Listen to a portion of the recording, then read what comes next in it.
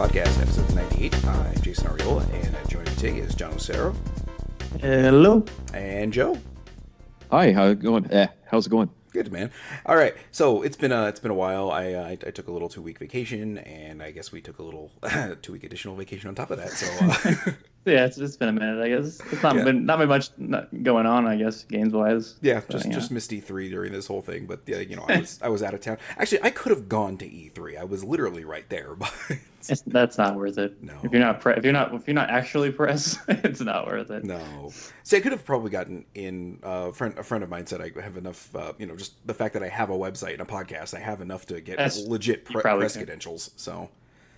Yeah, I could have probably gotten into some of the smaller things that I may have been interested in trying out, but I was just like, I don't know if my wife would be down with me going to try to sift through 300,000 sweaty people to do this. So anyway, let's move on there. So it's been a while. We're mostly going to, since we kind of blew over the whole E3 thing, we'll kind of touch up on that at the end of the show. But for now, let's just talk about what we've been playing. John, why don't you kick us off with one thing there? What I mostly played was the Street Fighter 30th Anniversary Collection. Okay. And it's a collection of Street Fighter 1 through 3, which is 12 games. So, yes. Did they put the alphas in there? Yeah, the alphas are all in there. Alphas 1, 2, 3, Street Fighter 1, the original Street Fighter, which is not a good game.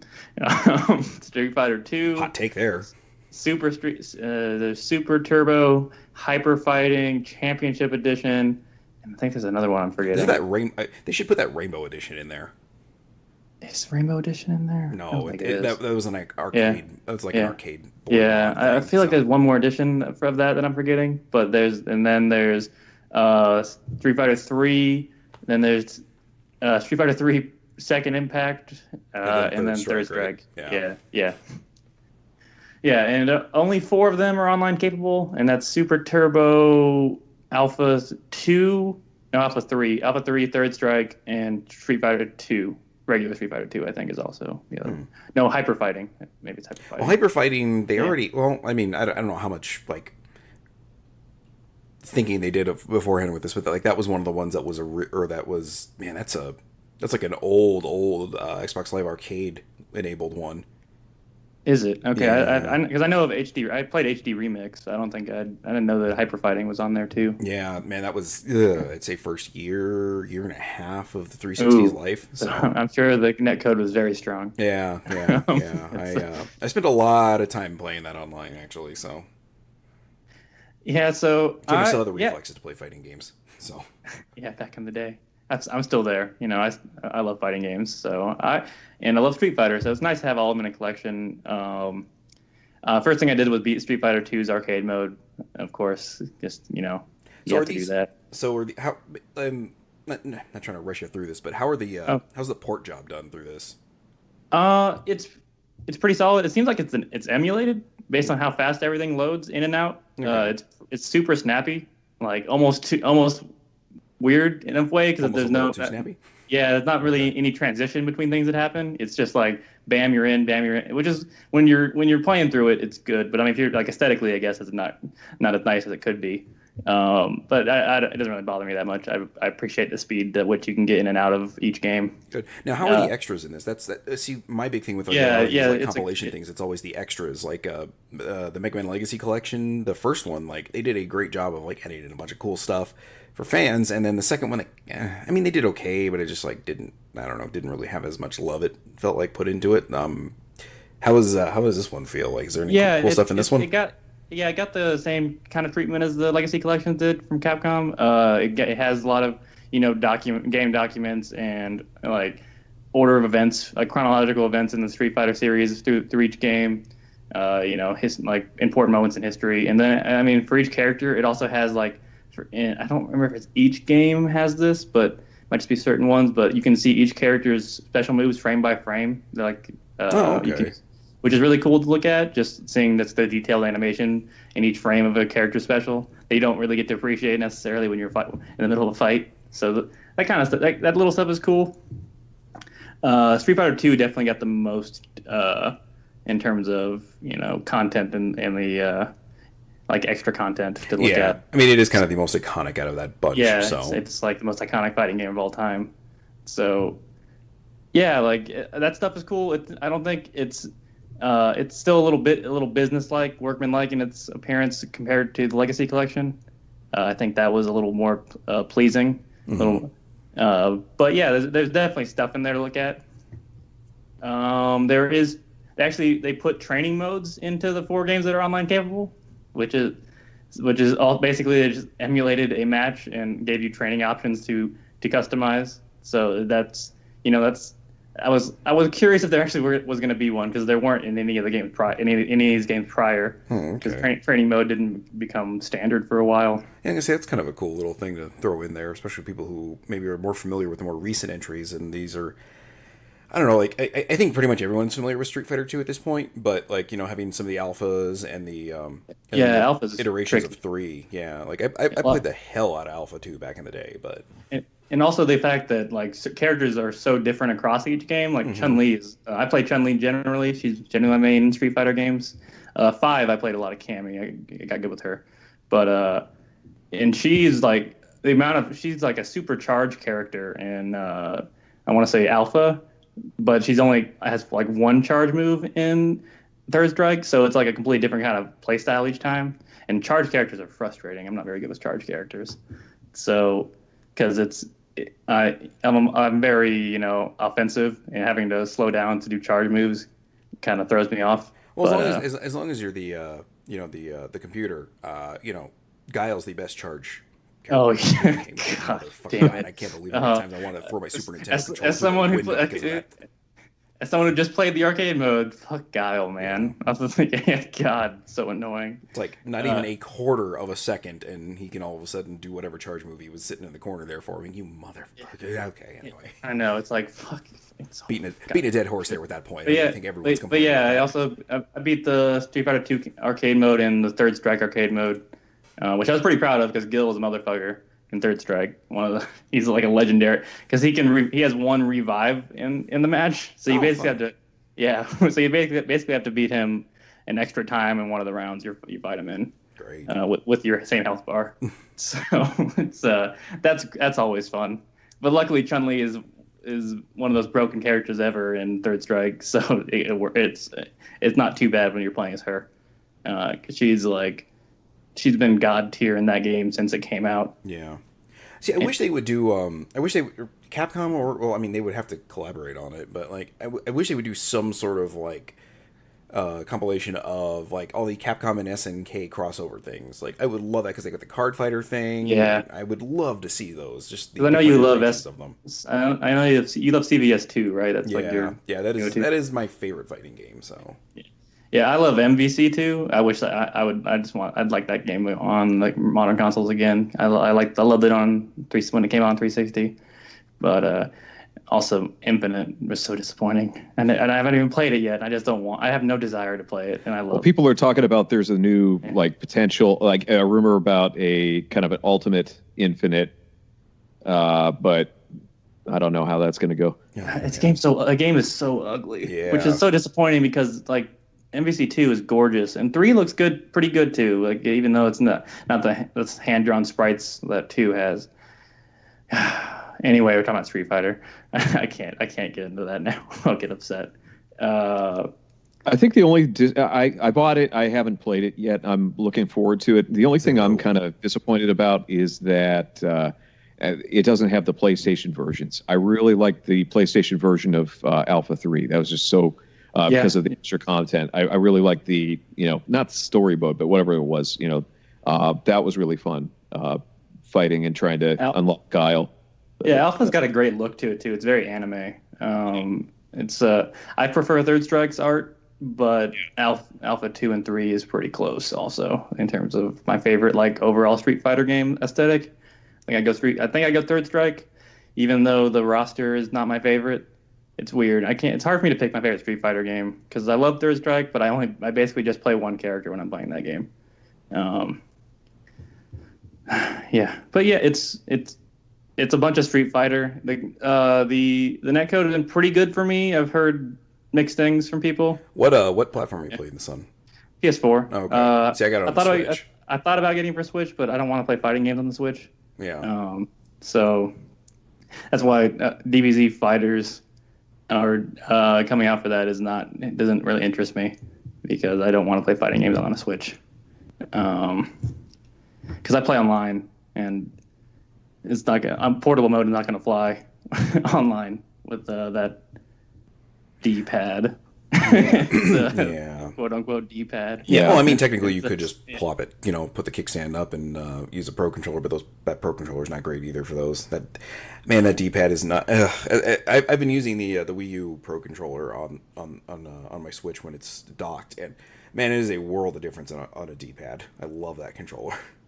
Yeah, it's a really good controller. I've also got a fight stick on PS4, so that's generally where I would lean anyway. But yeah, it's a bunch of Street Fighter. If you like Street Fighter, you get 12 games in one place. Yeah, you get and 4 of them are online capable, so that's pretty awesome. It's made me think about getting 5 because I think it's the basic version's like $10 now because it's like the greatest hits version because I have every Street Fighter game at that point because I already own Ultra 4 on PS4. I thought I'd just doing that to have all of them. I like playing 5 online when I played it. The rest of it wasn't very good, but online is solid. I think they've updated the single player. Yeah, if I'm remembering the arcade edition I've heard is very good. I'd probably end up getting that, honestly. I've heard that's improved the game quite a bit. So, yeah, right. That's Street Fighter. All right. Joe, moving on. Anything you've been playing that's been interesting? Really haven't been playing a ton. I've been playing Dark Souls, but I was playing Yakuza 6, and then I just kind of hit a wall and needed a break because I really don't like the new system. There's a new engine that it's in, and because of that, they took out a lot of content. There's a lot of stuff that I guess it's one of those things where you're playing the same thing over and over again, like the bowling and stuff. But it was nice that it was there. Now it's not, and it just kind of feels like just to kind of. I guess as an analogy, it's kind of like if you were in prison for like 10 years and then you came back and you found out that all the shit that you liked was closed because of the economy downturn. That's kind of how it really. So like literally, if you walked out of prison, today yeah. So basically, yeah. Spoiler alert: he goes to jail, and he's in jail for like 3 years, and he comes back, and it's kind of like, if you went to jail in 2007 and then you came back, and it's like, holy shit! There's no Circuit City anymore. There's no.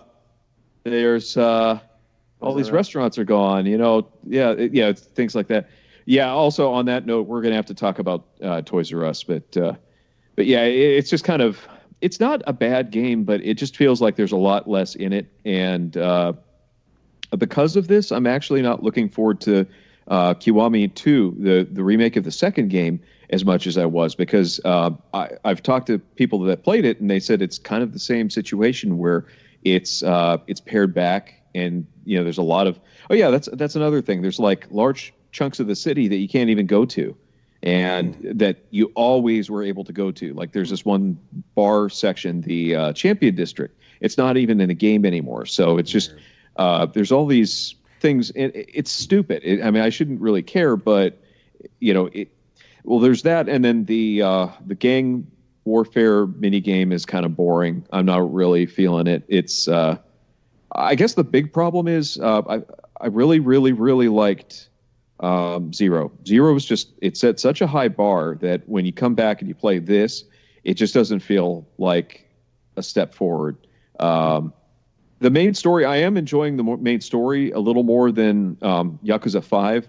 Because Yakuza 5 had a terrible main story, but it had good side stories. But this one, it's just, it's all right. There's some stuff in it that I like. But otherwise, I'll just have to come back and finish it. That's kind of where I'm at right now. Dark Souls, I started playing the remaster. It's a lot easier than I remembered it being. How many Dark Souls have you played since then? It's like really none. I played. I actually still haven't played 2 or 3. I beat Bloodborne. Okay. And that, I remember having more problems with that. This one, most of the bosses and stuff like that, beaten most of the bosses the first time through, and actually the funny thing is I only played through Dark Souls once. I never played through it again. I wasn't one of those people that tried to clear it with all the different like going through New Game Plus. I never even did that. Yeah. So I don't know if it's just I've remembered stuff or what, but I actually had to look at a guide to figure out where to go again, like because I didn't want to just spend too much time. I don't have a lot of time to play games, but the actual gameplay and the I don't know, it might be the character build or whatever, but I'm doing basically the same thing I did last time, but for whatever reason, everything seems a lot easier. So, but anyway, I was gonna say a lot of games is also taken from Dark Souls in the 7 years since it came out, so it's not as feel as different as it did back in the day. So. Yeah, but I still need to play else in that genre. Then this is probably more of a coming home thing than anything, I suppose. Well, and that's the thing. Like, I wanted to try it again, just to see, because there was a lot of things I didn't really do when I first played it. And actually, I haven't played that many besides. I mean, I think Bloodborne's pretty much the only one I played aside from. Bloodborne's harder than Dark Souls, so. Yeah, so I guess maybe that was that, but that's been like 2 years or whatever since. More than 2 years actually. Damn, I'm sorry. I'm trying to think back. I guess was that 2015? 15. Yeah, I guess it was. It was 2015. Man, time flies. But yeah, I mean, there's really not much to say about the game. It's there. That was the other thing. I never played the DLC, so that's kind of one of the things. The DLC is fantastic. Yeah, so looking forward to that. Well, I mean, I started that part. I don't know how the hell you're supposed to find it without, but that's kind of like a lot of things. There's a lot of things that it's kind of surprising that people found it. I guess it's just the DLC, getting into the DLC. It's like, oh, okay, yeah, that was. I never even knew you could walk there. That's kind of. And then it throws a boss at you like right away. Yeah, of course, in true Dark Souls fashion. Yeah, that one I didn't have as bad of a trouble there, but man, like those stupid stone guardians and the that forest. Oh, I hate that. It's just because they basically they just mob you. You have to. It's just kind of tedious. That part I don't like, but then other than that, it's been good. I've got a lot. I've got a lot to play on backlog. I just really haven't gotten around to it. I want to play the new Super Robot Wars that came out about a month ago or whatever, the English version. That's one of those ones that's translated not great, but enough that you can get by, right? It's one of those. It's the so it's not like beautiful localization that people see. Oh god, yeah. I'm not real picky, and I'm not going to get into it. But as long as it's as long as you can parse together what they're trying to say. No, it's actually good. I mean, it's just it's not like Shakespeare, and that's the thing. I think a lot of people have way too high expectations for what a translation needs to be. And this is a commercial translation. It's the Asian English edition, was released in like Hong Kong and stuff like that. Yeah, I'm a guy who, like, when the option came up on eBay to buy the full set of a series that wasn't out yet in America, and it was through Hong Kong, translated thing. Like, that was how I watched the entirety of Initial D. Yeah, it's much better than that. Yeah, I actually still have a couple of those. I have like the JoJo DVDs and the Giant Robo DVDs that they released like way before it was released over here. Yeah. And I've held on to it, even though I've got the American ones. I actually have the Japanese one with the American dub on it too, but because I love that series. But I held on to this pirate one, or this Hong Kong bootleg one, because they keep referring to him as Gant Bobo. So see, that was always the things I loved about that. There wasn't, like, Initial D was actually really well done. Like, I didn't have any issues with the translation at all. There was some, like, I bought the End of Evangelion on one of those. Yeah. And oh man, that series is confusing enough. I could not make fucking heads or tails out of what was going on. I was like, okay, well, I watched something that was cool. I mean, that movie alone is just ridiculous. But like, yeah. It's like, well, I'd be interested. Well, there's a couple. I'm not going to go into it. There, that one scene. I'd be interested to see how they translated the "I'm scum" or. Oh. Yeah. Man, I wish I remember that. Yeah. Bad person am. Yeah. No, there was a couple others that I had. Like there's this one series called Urashiman, and I got one like a box set of it because I really wanted to watch it. It was good, but like you could barely understand. Like the first half of the series was pretty good, but then the second half it was just like, wow, okay, I'm actually having to recognize some of the words that they're saying in Japanese to understand what they're saying. So it's just like. But so do you? No, I'm sorry. Do you watch mostly dubs? No.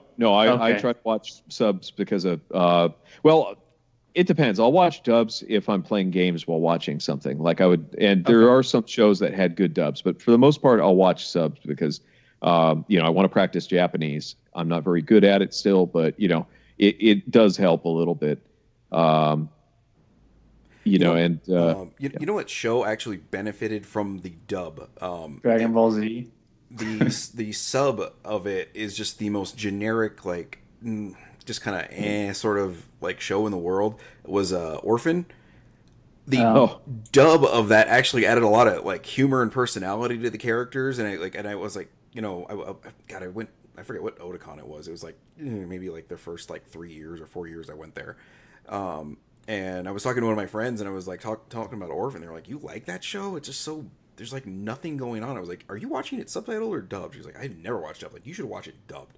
That redeems that show so much. I mean, like my buddy and I would like we sort of had our own anime viewing club or whatever, just the two of us. Like he'd come over to my place after work, and we would drink beer and watch this thing, and it was like it was great to watch. It was funny. We'd genuinely be sitting there laughing at this thing, and then we tried a couple episodes with the subtitles. We're like, there's just like no real humor because the inflections aren't there to make the joke. So it's literally like the subtitles are like literally just not literal translations, but a very localized translation of what was there. Whereas the dub took a lot of liberty with the script, and I was like, oh man, this is much better in English.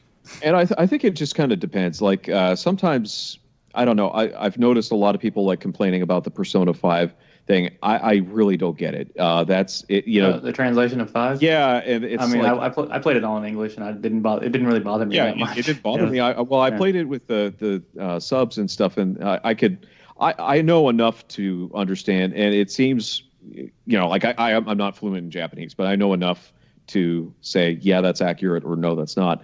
Like I'm actually noticing a lot of like liberties being taken with Yakuza 6. But the thing is, I really don't even see it being workmanlike. That's the thing. Like a lot of people they really were complaining about it. Like, oh, well, they didn't go through and rewrite everything to, have everybody have a totally different. And it's like, okay, you do realize that they needed to get this done, right? There's a lot of writing in that fucking game. Yeah. It's like, yeah. But they did a pretty good job turnaround time on that. But, and also, I think it added some charm personally. The weird localization sometimes, I think it adds charm to it personally. But whatever. Same here. I just don't. I don't know. And then people are really well. I'm not even going to get into the Falcom stuff. The Ease 8 you're talking about? Well, yeah, and that I think that they screwed up. Like it's sort of like, okay, hey, let's translate and release a game and a series with a really super overzealous fan base. Yeah, nothing wrong. Nothing's going to go wrong with that. Yeah, yeah. No, they should have known, not to touch it or to show, just spend a lot extra of time caution. doing it. Yeah, they screwed up a lot, and that's the thing. That's a problem, and they've made the same mistakes over and over because they've had a couple opportunities to, like for the Switch, for instance, or the PC. I guess the problem is that they just didn't have the expertise on those platforms to be able to, learn from the mistakes or make the transfer of, the corrections they made on the PlayStation versions and Vita versions. But they just keep infuriating people. They really need to just step away from the license at this point, I think, because they're just going to keep getting, flack from the people. Yeah. And see, I've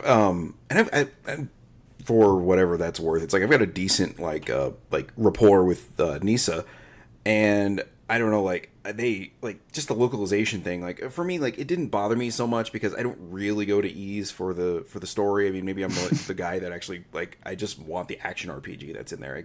I for the most part could give two fucks about the story. Like, Dogi busting through a wall. It's like, okay, as long as that happens once in the game, I'm good. So. Yeah, it all falls off a boat, or yeah.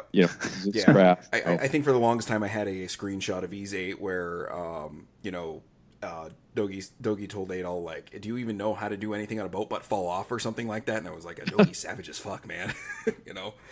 But I think people are way too critical on Nisa because like they actually went through the effort to retranslate the fucking game. Oh god, and yeah. And that's the thing. But then they're like, so fuck you, you're not Exceed. And that's the thing I think is the main problem. Everybody was obsessed with Exceed doing the translation, and that they never gave Nisa a chance. And that's kind of what gets me about the situation. Nisa definitely made mistakes, and I think they got in way over their head. Yeah, I think so too.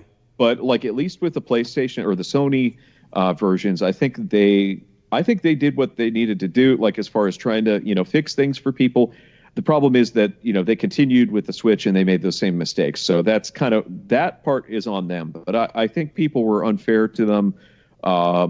Even after they didn't give a crap that they were trying to make things right, at least with the Sony ones. And I'm sure they're doing the same thing on this. But it's just the reason why they're so hard on it is because it wasn't Exceed doing the work. And I'm not going to go into my feelings about Exceed, but I just kind of think it was kind of an kind of situation, but whatever. I can't even remember what we were talking about because I just went on like 3 tangents. Yeah, I think Dark Souls, Yakuza. Oh, anime. Yeah. There we go. Anime. My Hero Academia. Real quick though, yeah, I liked 2 completely inaccurate dubs. That was the Crayon Shin-chan and then the Sergeant Frog dubs by Funimation. These were about between 2006 and 2010 maybe, and Sergeant Frog, like if you watch the subtitled version and stuff like that, it's kind of boring. Like the jokes are there, but they rewrote it and added a lot more nerd humor. Like there's this one scene, and I always think about this. There's this one scene where basically the intro, and in the subtitled original version, he's just staring at a screen for like, maybe a minute and no sound, and he's just staring at like a TV screen and stuff. And it's kind of like, okay, nothing was done there. But then the dub, he basically goes on this rant about Exo Squad. Yeah. All right. I'm sold. He's like talking about how he's, happy that for once, the humans were, subjugated by the large, muscly, super, Nazi supermen, basically, it's kind of like, oh, okay. Yeah. It was kind of, but they'll have like these real weird things like that, or they'll talk about. Do you remember who did that one? It was Funimation, and I can't remember what particular, I think that was like their main group or whatever, but it was the same time that they were doing the Crayon Shin-chan dub, where they basically just completely wrote shit, and that was completely inaccurate, and they went really dark, and it just got like darker and darker as the whole thing went. And then the final episode, they basically had a thing where they were saying, we shouldn't have any more dubbed episodes because basically life is just getting worse and worse for all these characters compared to how they were in the Japanese version. Oh, okay. So it was like, what? And it's funny because I've been watching some of the original versions, and it's like, it is way different. They actually did a really good job in casting, though, because like the American voice actors did an awesome job getting even the sound of the voices on some of them. So, and they had some like really distinct voices in the Japanese one, but they like picked some really good matches, I guess, as far as the voices on that. So I was just kind of thinking about that. But anyway, that's my. I should probably stop talking about anime. We should talk about games again. E3. E3. Yeah, well, E3. Let me run over something real quick. Kind of getting back on the anime thing to a point. It's more just the language thing. Like, I was watching. Oh God, what was it? Hentai. Westworld. That's it. Yeah. Hilarious, John. Comedy Gold. I was close. I hope you have a notebook where you have Comedy Gold labeled, and you can put that one in there, and then promptly I do, put it in the actually. Thank you. I have a sticker for it. Good. I'll mail you one. Thank you. Yeah. So I was watching Westworld. The one is the last episode of Westworld I'll be watching, where they do, they're in Japan, the area or whatever. Wait, you watched the last episode of it, or no, you that's watched the last episode I'll be watching. Oh, the last episode you have watched. Okay. No, that is the last episode I'll be watching. Shogun World. Yeah, that episode sucked. Yeah. No, that show sucks. I'm done with it. So I'm gonna finish the season up and probably be done with it. Yeah, I have jettisoned that out, but I noticed I would kind of look away. I forget what the hell I was doing while I was watching it. Probably trying to find something entertaining to do because that show wasn't doing it. Looking at your phone. That's what I used to do. Said, anything to distract me from how stupid that show has gotten. But anyway, and while they were speaking Japanese, it's I was picking up words, and I'm like, oh, I didn't realize I recognize as many of these words as I do. It's oh, okay. Just years of watching anime and it's I don't I can't really speak it. I couldn't put together a sentence to save my life, but it's just I'm parsing together stuff, and I'm like, oh, okay. It's oh, that's familiar. Oh, okay, that's what they said. It's as I'll glance up at the subtitles, and I'm like, oh, okay, I did catch what they said. Okay, that's odd. And then, Joe, you're probably old enough like me to remember. Do you remember the Big Bird in China and Japan things? Yes, yeah, I do. I just out of a morbid curiosity, I looked them up and I found them on archive.org, and I had my kids watch them with me, and there's a bunch of parts where Big Bird is talking to people, and it sort of becomes a running gag where he's trying to talk to people, and they're like Ohio, and they're like, you're from Ohio. And it's I remember that. I remember that joke. I want to. Okay, I got to go look this up. I didn't know that they were on archive. I'll have to look. Yeah, it's pretty. But there's parts where there's no subtitles for it because you're supposed to be sort of in the perspective of Big Bird, not knowing what the hell is going on. And I'm like, oh, I know what they just said there. It's oh, okay. It's wow. And my daughter was like, what did they say? And I was like, they said something about this and that. And I was like, that's about all I got out of it. So I was like, if I got put in Japan and had to sort of make do, I probably would be able to get by with just the basics for a little bit. And then I think eventually I'd probably pick it up. But it was just kind of surprising that, I have picked up some of the language without realizing it, even though I can't put together a sentence. I sort of can get it, secondhand, basically. So my problem is I can't, when I'm put on the spot, I just can't remember, or I just draw a blank when it's okay, if you go to, there's actually a number of Japanese stores and stuff like that around here that, I mean, there's native speakers and stuff like that. And it's I'd like to, do that just to practice or even to be polite, but it's oh shit, I can't remember. I mean, I can understand things, but then forget, okay, how am I supposed to respond to this? So, but I'm sure if you lived in there and you were exposed to that, then it would, come naturally, but it's a little tricky. But I really want to watch that though. There was actually another movie that I watched recently that my brother found it, that we saw this in theaters, and it was from Canon released it, and it was called Too Much, The Robot with a Heart, and it was really weird. It was this real bizarre movie where a girl goes to, it was basically a Short Circuit ripoff by okay. How old is this? It was 87, I think, okay. Or 88. So this was towards the very end. Ripoff. Well, it was towards the very end of the Canon Films years. But and I think it's actually on. I'll have to find the link if I can find it. But the coolest thing I noticed was I was like, holy shit, that's a time gal cabinet, because they go into Tokyo Narita, airport, and then there's they're walking by, and then there's this scene, and they're talking, and you can see, but they had something over the screen so you couldn't see the game itself, but it was a cabinet for the time gal game. So I was like, oh wow. And then at the end they go to this robot show, and there were a ton of Namco made robots. And I thought that was kind of cool. But it was obviously something that there must have been a robot show going on or something. And they're like, okay, well, we're in Japan. Let's just film a bunch of random crap, and then we'll throw this in at the end, because that's basically what Canon would do. But I still think that the best movie along those lines, where somebody goes to Japan, is Toxic Avenger Part 2. But I'm gonna have, honestly, I don't think I ever watched the Toxic Avenger movies. I watched the cartoon show. They're all bad, but you have to watch that. You have to watch 2. Mm-hmm. And it's funny because the purists and the creator of Toxic Avenger just hate 2. The purists. Yes, there's purists. So I know it's always purists. There's definitely purists. Yes, even on Troma films. Yeah, type anything into Google and you will find a fan base for it. Yes, absolutely. Well, the thing is, the second and the third movie, they were actually the same movie, but they just kept filming and kept filming and kept filming, and then they were like, oh crap, how are we going to do this? So they split it into 2, and so it's worth watching the second one just because it's a lot goofier and not as the first movie is really dark. Okay. And then the fourth movie that they made later on is there's 4. Holy shit!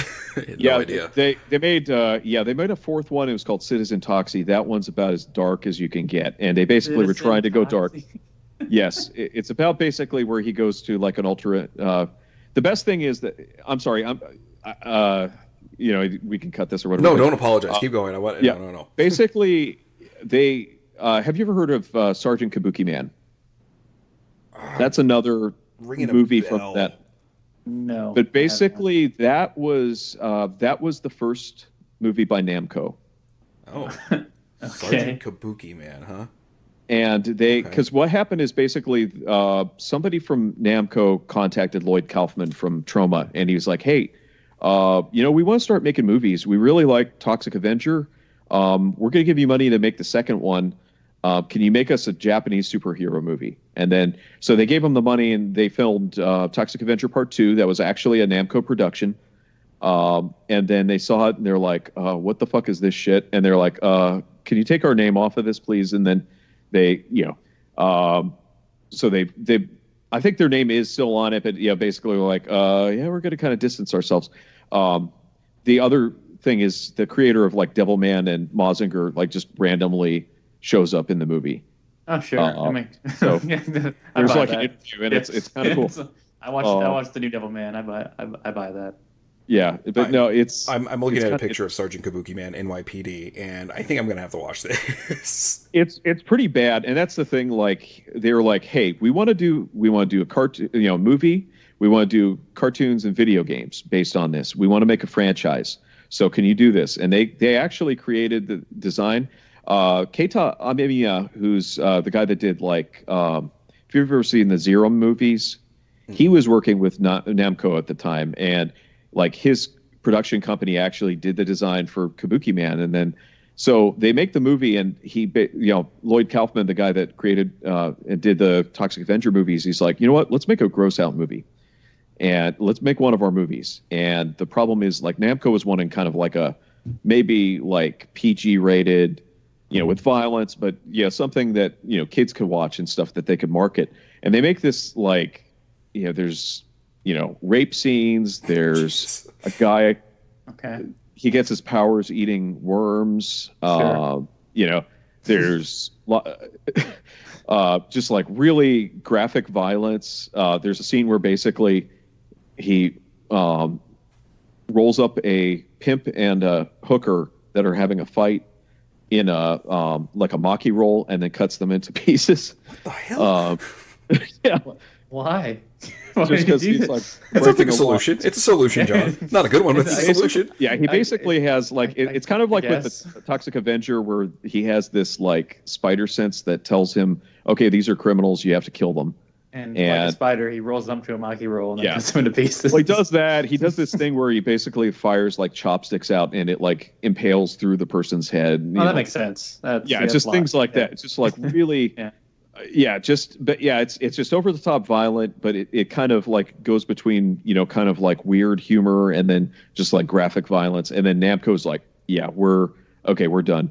So, but it's kind of funny because Kabuki Man actually made he showed up in this one baseball game just randomly from Namco because they were hoping that we're going to be able to work with this, and then it's no. So, but anyway, the moral on this is they basically were trying to do this, but Kabuki Man shows up in like later movies as like an alcoholic, like washed up superhero, and he just keeps showing up. And like in the last Toxic Avenger movie, he like ends up impregnating Toxie's wife because he just like gets drunk and falls asleep on top of her. Oh, and it's just like random stuff like that. So it's just like really, yeah. But yeah, I don't know where I was going with that, but I don't think it matters. Like, we got some good conversation. But you have to watch. Okay, you have to watch Toxic Avenger 2 because there's a lot of like kind of innocent stuff. It's maybe like an hour and a half movie, but the best part he goes to Japan to find his dad, and then. That's how I found out about. There are these little fried things called taiyaki. They're these little. It's like basically like a pancake filled with red bean, and they fry them up in like a sandwich maker thing, and they are fish shaped. And in the movie, he grabs a taiyaki iron off of a cart, and he like clamps it on a guy's face, and then his nose turns into a fish. Or like one of the taiyaki and stuff like that. I was like, what the hell is this? And then later on, like years later, I see it, it's like, so I always think of Toxic Avenger 2 when I see those, like if you go to a restaurant or something like that. But it's worth, if you like Japanese stuff, it's kind of fun because you get to see, some 1980s Japanese stuff. There's, like I said, Go Nagai, the creator of Mazinger and stuff, he's in it. And just little things like that. But then the rest of it's like just kind of random, like he's fighting like, post-apocalyptic thugs and killing them in horrifying ways and stuff like that. So as you do, Yeah. Someone's got to do it. Guys, I've got good news. The Toxic Avenger movies, all 4 of them, they're on Amazon Prime. So wait, like as free movies on Prime already? Yeah, you can watch them on Prime. Oh man. So guess what we're all doing. Right. Watch the first one, it's pretty good standalone. I've heard the fourth one's really depressing, and it has something that I don't. It's funny because like actually offensive stuff doesn't usually offend me. I usually get offended about stupid shit, like people complaining about like masculinity and Fist of the North Star. But I saw you complaining about that. Oh God, dude! I think that's a pretty valid complaint compared to a lot of the ones I complain. But I kind of agree. It's Fist of the North Star. It's sort of like okay. But yeah, no, I was going to say there's like, holy shit kind of thing. There's a joke about the Jasper killings, Jasper, Texas killings. Jesus, and okay. Wow. Okay, yeah. That might be a bridge too far. So, if people are bothered by... Yeah, a character gets dragged to death, and then his severed head is a character that is carried around the rest of the movie. Wait, like it's a sentient head? Yeah, basically he gets like his head severed. It turns into a like Wizard of Oz thing where he's like the Scarecrow or something. He's like, I just want to get a body, and and then there's 2 mentally handicapped kids, and it's just like really it's and that's the thing. Like trauma movies were supposed to be offensive, but it's like wow, okay.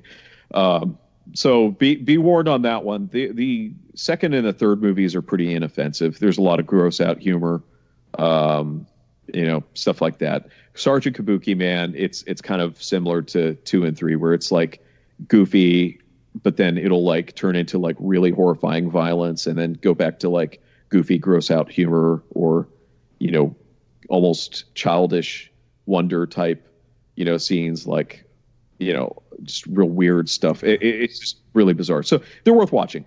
Bottom line, a lot of Troma's other movies are not great, but there are some other good ones. I think if they're on Prime, Romeo and Juliet's pretty good. There's some other ones. Say Romeo and Juliet.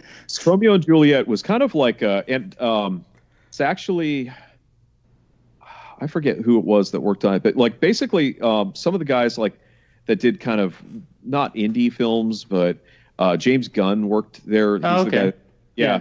He got his start with Troma. Zach Penn, who wrote a lot of things. Like, I know both things. Actually, he's the one that did Romeo and Juliet, and just stuff like that. It looked like Troma was kind of up for a revival in the late '90s, and then it just kind of fell apart. And then they just they're still there, but it's not like the same really. But I think things kind of like didn't go so well with the fourth Toxic Avenger movie. It took them like 6 or 8 years to actually release it. It was like just in development hell for a long time. But I got to stop talking about this. I'm sorry. Citizen Toxic, which is the fourth one, came out in 2001. Yeah. Is that the last one? Well, unless you count the Toxic Avenger the musical. Okay. Yeah, they came out this year. There's supposed to be one where it follows about his kids, but there hasn't been a word on it actually moving forward. But like the end of the movie basically is about them trying to abort the kids, and it says in Toxie. Wow. There's actually that's not where I thought that was going. Okay. It's like, okay. Yeah, because basically, like, she gets impregnated by 3 people. Oh. And then there's, like, a fight in her womb. And then eventually, like, she gives birth to the kids, and then there's, like, the whole, like, different colored dad joke where, like, one of the kids comes out, and it's Kabuki Man, and then, it like, does a freak where he's getting ready to strangle Sergeant Kabuki Man. So... But but apparently they were going to do a sequel. They've been talking about it. Lloyd Kaufman, the head of Troma, he keeps talking about it, but it's like they really haven't done anything. So I don't think it's going to happen. Mm-hmm. But that TV series is on there too. And my mistake. It's called the Toxic Crusaders. That was Toxic Crusaders, yes. And there's a movie of that too. Yeah, and that was really weird. But that was kind of, that was afterward, but like around, there was like a 5-year period where they were like, hey, let's do some, like, take some R-rated movies and make kids shows, like that or RoboCop or Rambo. They just had a bunch of stuff. RoboCop was just really dark too, because they actually like reference him getting his brains blown out and stuff like that, and in the kids cartoon. And it's like, wow, okay, well. They also had, but yeah, Toxic Crusaders. It was referencing the. It's more referencing the second and third, kind of movies, because like, oh yeah, that's the other thing. His girlfriend / wife, she had her name changes between movies. So like the second and third movies, she's like a totally different character from the first and the fourth movie, and they even reference that in the fourth movie. But the character from the second and third movies is in that, and then. Also, there's like randomly this one character from it is from this other movie called Troma's War. That's the one with, there's a guy named Senor Sida, who basically they've got an South American man that they've weaponized to give people AIDS. So okay. What the actual fuck? Okay. And somehow stuff from that movie made it into toxic children's cartoons. So. I love it. Honestly, that is the only exposure I've ever had to that series whatsoever. Was that cartoon, and that was like, I think that was aired like alongside with the X-Men cartoon. Yeah, it was. Well, I'm trying to remember. It was a Saban cartoon. I remember that, and that was a really weird time. It reminded me yeah, a no shit. Well, another one that was on around the same time was Attack of the Killer Tomatoes. Yep, I remember that. And that was kind of a weird, like, and that got like really dark too. Or the actual cartoon got, like, the second season was a lot darker because basically the bad guys win. I didn't know there was a cartoon of that. Yeah, what? That was another one of those. I didn't know there was a movie of that until I was like a little older. Yeah. Like I was exposed to the cartoon. I've only seen the movie. Yeah, see, the cartoon was on when I was a kid, and it was like perfect timing for me. So it's like I had no exposure to the movie until I was a little older. I mean, I was probably in like my early teens when I was like, oh, there's a movie based on. Oh, okay. That this is based. See, I watched it on cable. My parents told me about that because, like, I was wondering what's going on. There was an episode of Muppet Babies where they had, there was actual footage from it, and then they were like afraid of tomatoes coming after them and stuff. And I was like, "What is this?" And Mom was like, "Oh, that's from Attack of the Killer Tomatoes." And then, a couple of years later, the cartoon's on, so it's like, "Oh, okay." So. Yeah, that was and not to mention that, like I have that I have that theme song in my head still. It's like Attack of the Killer Tomatoes. Yeah. See, okay, yep. Good.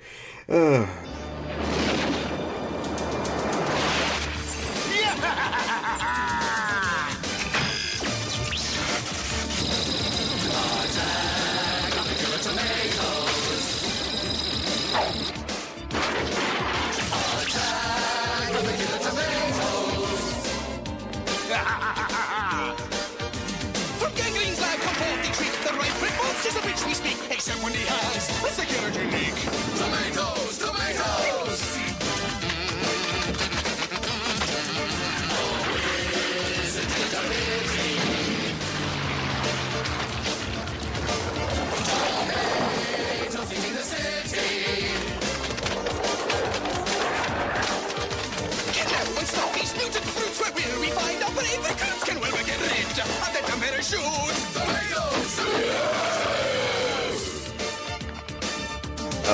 know what? I swear, wasn't there a Little Shop of Horrors cartoon show too? Yes. Oh God, that was depressing. Okay. There's a cartoon of that too? Yeah. It was called because I remember the Feed Me Seymour line from the cartoon originally.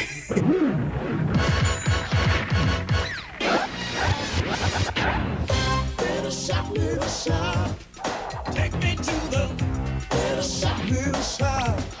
I wanna go to the little shop, take me to the little shop. Alright, it's time for me to bust a rhyme, so sit back and chill for a while. I'm coming at ya like Toon style, so get ready for a funny bone overload at the Little Shop. Yeah, boy, in full effect. Yo, the Little Shop posse's gaining respect, so break out before I put you in check. Now when you come to the shop, what you get is what you see, so just be careful getting close to me. Little shop, take me to the little shop. I wanna go to the little shop. Word, Little Shop. Was there a cartoon Rick Moranis in that? No, it was kind of like, I think they were just basing it in general off of the idea, but it was like about him as a kid, and it was just really depressing because basically it was one of those cartoons where the main character, everybody hates the main character and treats him like shit, and it was basically and like usually there'd be something like one character, like, you know, you would expect Audrey would be the one that, you know, is nice to him, but no, Audrey would just basically be talking, be like, oh, you's an idiot, you know, kind of stuff. You know, it's just making fun of him, and everything bad happened to him. It was just like, wow, this is like really depressing. But it was kind of like really mean-spirited, just kind of, but it was just really, that was a really weird time. But that was around the same time that they had like the Peter Pan and the Pirates. That was on Fox. You know, it was like that, Attack of the Killer Tomatoes. Those were all on around the same time. It was just like kind of a really weird time for cartoons. What else was on? Yeah, the very early 90s was a very, very odd time. Yeah, and I just Googled a picture of that Peter Pan and the Pirates, and like, because that did not like strike anything in my head. And as soon as like I saw the picture, I'm like, oh, that's right, he was wearing like a brown outfit in that one. I remember that show now. Yeah, I just remember like, what the hell's going on with this? And then the other thing is, that's actually why Tim Curry did not play the Joker, because he tested, you know, he actually tried to, or you know, he auditioned to play the Joker on Batman the Animated Series, and then they were like, "Yeah, you sound too much like Captain Hook on that show." You know, like I just learned this today or last night while I was at work. I didn't know Tim Curry was up to play Judge Doom in Who Framed Roger Rabbit. Oh man. They just didn't like he auditioned for it and didn't get it. That would have been good. It was like he was too scary. That would have been good. I don't know. I think Christopher Lloyd was the perfect pick for that. Yeah, I think he was good. It would have been different. I just love Tim Curry, so I feel like same here. I think I would definitely been okay with that. I'm a big fan of his. I haven't watched that movie in a very long time. I am thinking that movie does not hold up very well. It is more of a I don't know. I feel like it might. I honestly think it might actually hold up, just based on how adult it was at the time for what it was. You know what? Maybe that's what we should do next week. We should all watch, or the three of us watch Who Framed Roger Rabbit. Go back and talk about next week. We used to watch that a lot. That was one of the ones that we actually had on videotape, because back then, you know, video cassettes were just freaking expensive, and you know, sometimes they would like mass produce them or whatever to where, you know, you could actually afford them, but most of the time it was like $90 for a VHS. I'll watch that came in a clamshell, didn't it? This is one of those that came in a clamshell, I think. I seem to remember that, but yeah. Like the plastic, I just remember the big plastic cases. Yeah. I think we had one of those. And then years later, it's like, you know, we watched it when it came out a lot, and I just remember, you know, they had that news, and I was like trying furiously to pause it at just the right second, because we didn't have a real fancy one with sitting there adjusting the tracking. And... like, come on, you can. It's like you can almost see it. But It's the shoe part, right? When they're dipping their shoe in the acid. That's the part you want. No. The Jessica Rabbit car scene. I know. I'm being sarcastic. Yeah, okay. I know. They didn't. No. Well, there was that, and actually, I think they took it out of the home video release, but they had like several executives' home phone numbers on the bathroom walls in that one scene where he's like running away from the fake Jessica. He like ducks into this restroom, and there was like and like on the home video version, it says like for a good time call Alice in Wonderland, but it was like Allison, space Wonderland, and then but originally it had like Jeffrey Katzenberg's like home phone number and some other people's. Oh wow, okay. And then people called them, and then it pissed them off, and but it's one of those things that they like took out later, kind of like the naked picture in The Rescuers and stuff like that. So. But, that's a movie I do. You know what? It was on the latest Tardy to the Party podcast, and that's what made me like even bring it up is just that. And Roger Rabbit. Yeah, well, it's 3 years. I can't believe it, man. Yeah, I think about that. It's like I was 6 when that came out. How the fuck did I get to watch that movie? Because it has cartoons in it. Well, we went to see it, and I remember we saw that twice because it was like in theaters a long time back then. If a movie did well, like it could be in theaters for like a year, that was like I remember that. Jurassic Park shit that was in theaters for like a year and a half. I remember. That's it's so crazy because now it's like okay, well it's on video instantly. They're already like I had an advertisement pop up while I was looking through the Amazon thing what the hell was I forget what it was, but I saw to pre-order the digital version of Jurassic World Fallen Kingdom. I'm like, that movie's been out for a week. What the fuck, really? Just I don't know, boggles my mind sometimes. Yeah. Hey, Joe, you still there? Yep. Oh, okay. Can you hear me? Yeah. Okay. Okay, because I thought I lost both of you guys for a second because I was seeing your guys' meter spike and nothing was coming, and I wasn't hearing anything. I was like, oh, what the hell happened? So. Yeah, I can still hear you. Okay. But, yeah, it looked like you guys were saying something because, like I said, the meters were spiking. Anyway, so I guess it's probably a good place to move on there. Why don't we move on to some E3 stuff, and we'll just kind of blow through this. John, you got a list of stuff, and we can kind of just... I'm sorry, I ate up all the time talking about Toxic Avenger. Oh, no, it's fine, dude. No.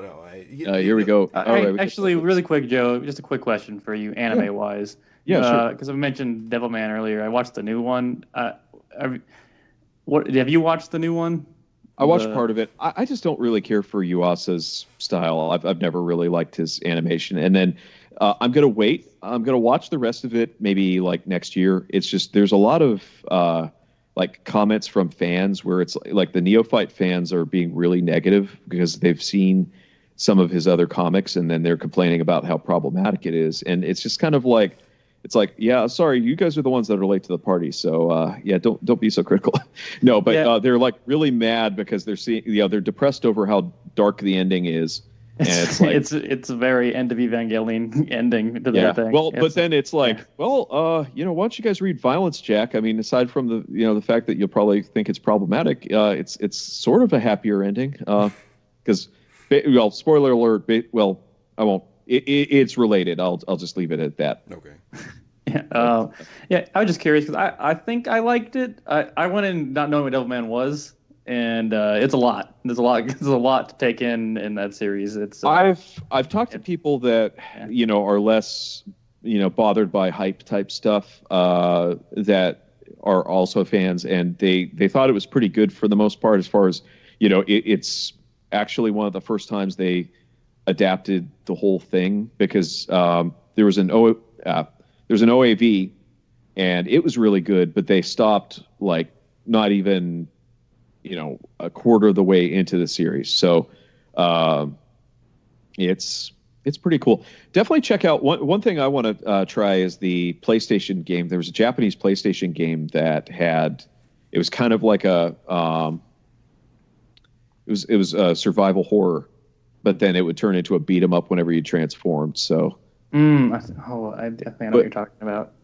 And it's kind of cool because it was one of those later games by Bandai that had the really nice graphics for PlayStation.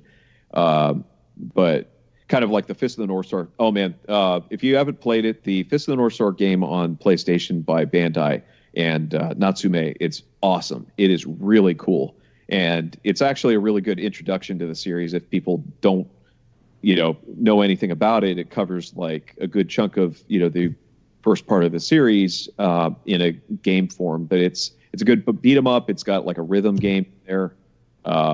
And it has really fantastic graphics for PlayStation. It's just like amazing how good a job they did. But anyway, sorry, I keep going on tangents. It's all good. Yeah, I was just curious on your thoughts on Devilman because I'm just kind of waiting a little bit on it. It's kind of like, what else is there? There's a couple other things where it's like, man, I wish I would have watched it before I started seeing people talk about it.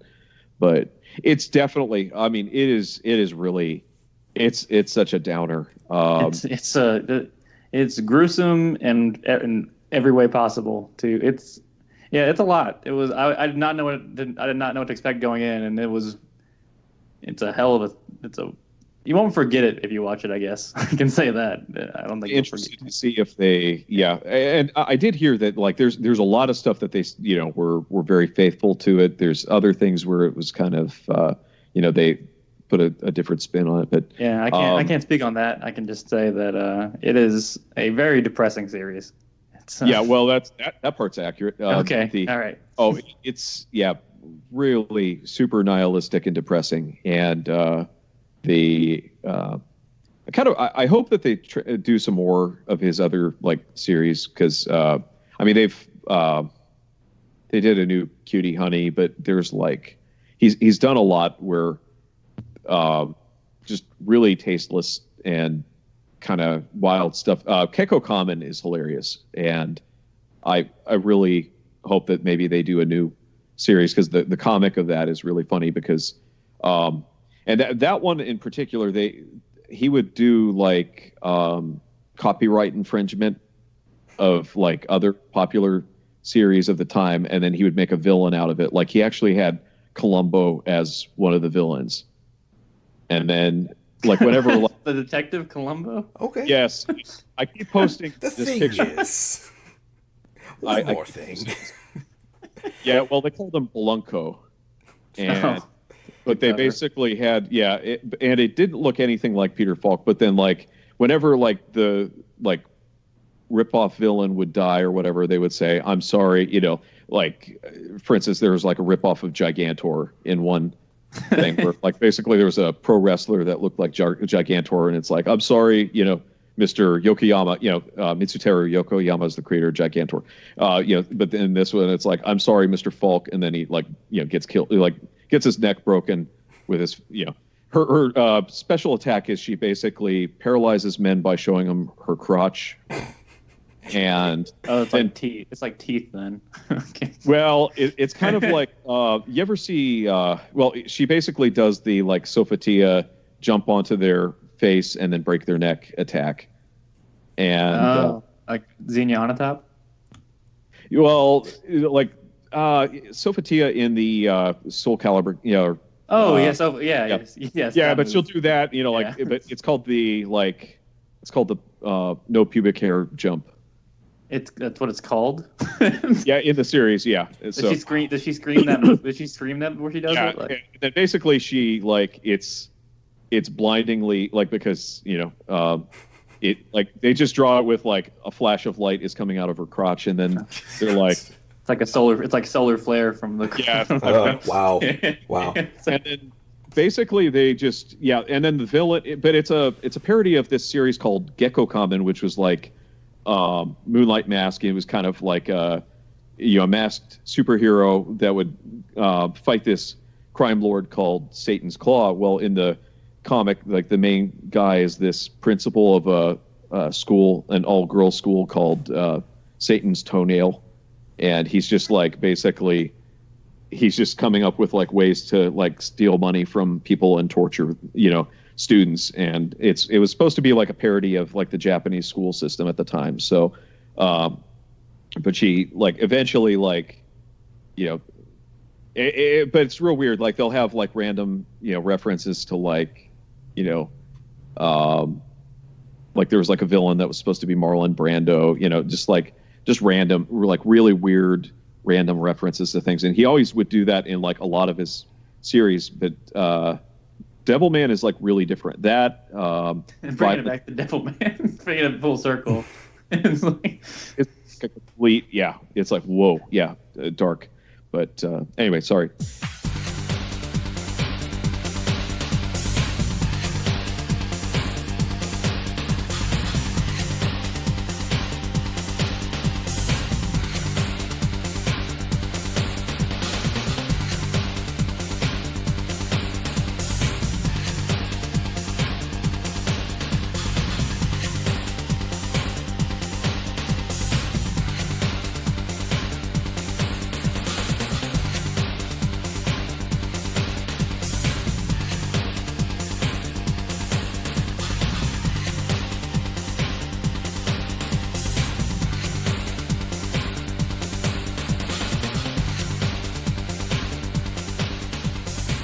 All right, Elder Scrolls. How about them Elder Scrolls?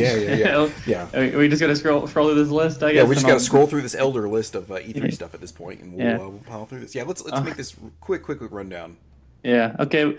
The Elder Scrolls 6 was announced as a game that exists. Well, you kind of burying the story on that one, that it got basically like a 3-second trailer of stock footage of a video game island or whatever. Yeah. Like, hey guy, it's Elder Scrolls 6. Shut the fuck up, it's happening. Jesus God, just leave us alone already. Didn't even get a subtitle for like the area it's gonna be in. It's just, we're making another one, assholes. Shut up. It's like, God. Of course we're making another one. Yeah. We just got to release Skyrim 4 more times. We got to release Skyrim on 4 more platforms. We just got it on Alexa. Yeah. That joke was good, and then I found out it wasn't actually a joke. Yeah. The Skyrim on Alexa thing. Yeah. I actually, if I'm remembering right, I think whatchamacallit, I think Game Informer did it on their Game Enforcer thing like maybe a year ago, maybe 2 years ago, I forget, but they were doing that thing of like Skyrim being on everything, and so anyway, let's keep running down these things here. Starfield is their first original IP in 25 years, which is a crazy statement, but then you think about it, like, yes, it is. Yeah. It is. It is. And you gotta love people like, oh yeah, I'm super hyped for that. And it's like they didn't show anything. They didn't tell you anything about it. Okay, that's great. Okay. We'll see next year maybe. Fallout 76. I'm not feeling that one as much because like I don't like forced multiplayer. Yep. I didn't like 4 that. Like I liked 4 and I didn't like 4. It was very disappointing for me. It was a 3D Fallout game. I mean, for me, that's like I think I took a screenshot of one of the merchants with their cow or whatever it was on top of the roof for some reason. Yeah. And I was just like, Fallout 4, keep doing you, and it's just like, okay. It's just after New Vegas, it just kind of felt like a step back in terms of like the world building stuff. But yeah, 76 looks fun. I have if my friends want to get it, I'll probably get it with them. That might be fun. I don't know. I heard "Take Me Home, Country Road" about 17 times, but during E3, so which I like that song. We got 17 times, but Yeah. All right, listen to the Japanese version. Doom Eternal. Who wrote the Japanese version? There's a movie. There's a Miyazaki movie about somebody trying to translate that into Japanese. That's the movie. Okay. So it probably won awards too. Heady concept, man. Yeah, those Ghibli films, man. Except they call it they translate it as Concrete Roads. Okay. So, yeah, but it's called Whispers of the Heart. But anyway, Doom Eternal. Yeah. I loved Doom, so I'm looking forward to a sequel. Yeah, I enjoyed it. I'll play it. They won't show gameplay till QuakeCon in August. So. And I won't be able to rent it from Hastings. Rest in peace. Son of a bitch. Yeah.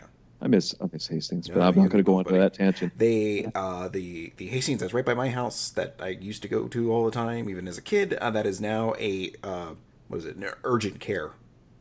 Oh, I saw I've seen a couple places when I'm on business. There's this they had it in Dallas. I don't know where others, but there's a place called Entertain Mart, and they've opened up in a couple of locations. That or Movie Trading Company have bought. Moving Trading Company / Vintage Stock have bought up some of the old Hastings, and they're repurposing those, but Hastings. It's not the same. It was bookstore, video store, video game. No, I was saying it's a different name. Okay. Hastings. I've been to Hastings. Oh, okay. No, yeah, I'm young, but I've been to Hastings. I know what Hastings is. Well, they're also not. They also weren't nationwide, so. Yeah, that's why I was kind of curious. I didn't see one till like 3 years ago, I think. So. Okay. That was the first one I ever went to. It was in Texas. I don't think they got out of Texas and New Mexico very much. I think there was like a couple in Arizona, but that may have been it. Anyway, yeah, we need to stay on target here with this. All right. Hottest MC in the game, Wolfenstein Youngblood, coming out in 2019. It's a DLC for Wolfenstein 2. Isn't it basically sort of like a? It's a 2-player. They said it's a co-op. Yeah, it's co-op. You play as his daughters. It seems to be like an alternate future kind of thing. Yeah, sort of like the Old Blood was. Yeah.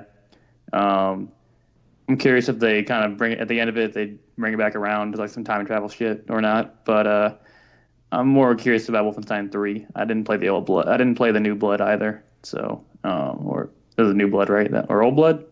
The Old whatever Blood, it was. Yeah. New Colossus. Yeah. Yeah, New Colossus, which I liked, but was kind of also disappointed in. Their naming conventions, I don't know. I'm starting to get the titles confused as to which one which. I held off on it because of just kind of some of the stuff surrounding it. You know, I really like I like the first. It's just kind of like, the way that the world. I'm just going to leave it at that. But I do want to see how they portray Mesquite, Texas, because you aren't there very long. Is it? I guess. I mean, that's a whole walk through the place scene, I guess. Yeah, I'm just kind of. I'll have to maybe watch a video or something like that at least, because it's kind of funny. Yeah, I mean, I drive through there pretty regularly, and I keep pointing out to like my wife. It's like, hey, you know, that's where Doom was made, right? And she's like, yeah, you keep telling me about it. But there's if you're heading out of Dallas, that's like a pretty typical location to go, or that's one way to get out or head to some of the areas south of Dallas. And the big black cube is where they made Doom 2 and stuff like that. So that's like right off of I-635. It's pretty easiest spot. So anyway, yeah. But that's not like all of Mesquite, but it is kind of like interesting to see around. But anyway, let's see. Cyberpunk 2077. I was super excited just to finally see a trailer for this game, even though it was just a tone trailer, like a GTA style tone trailer. Yeah. When in half a decade when it finally comes out, I will be definitely playing it. It's CD Projekt Red does good work. Yeah. I've always liked their work, so I'm definitely looking forward to that. Yeah, everything I hear about it, I want to play that game. So, Just Cause 4 is more Just Cause, but with tornadoes this time.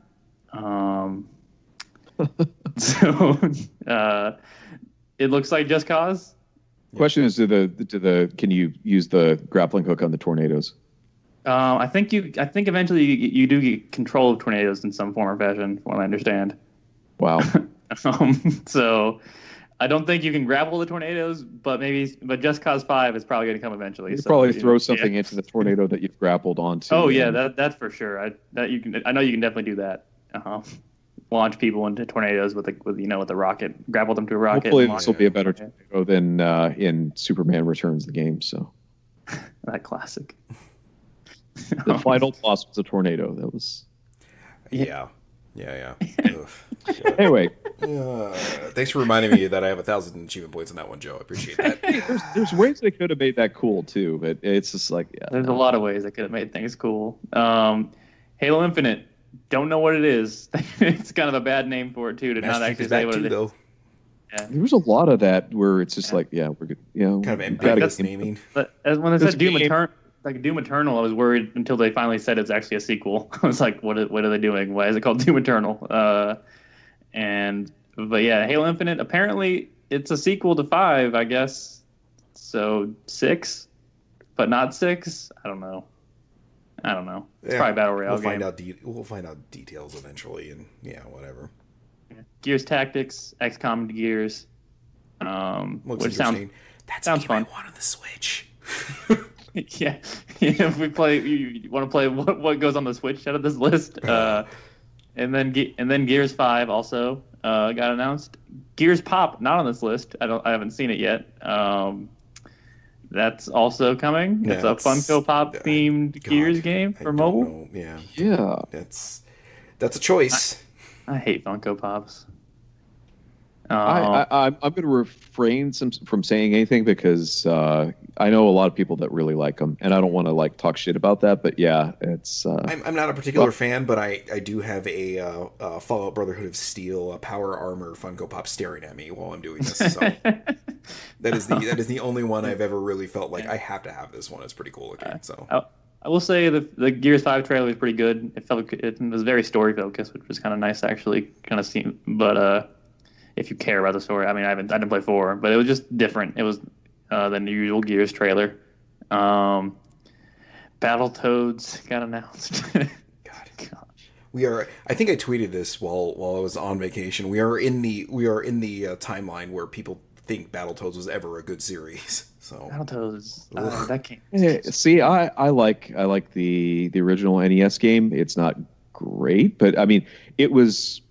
I think the big thing about that was that it had so many different play styles and stuff. It was like that was a big thing. It had really good graphics and music for the time. The problem is that it had kind of BS gameplay. Like a lot of it was just based on it had a lot of different game styles, but none of it was good. Yeah.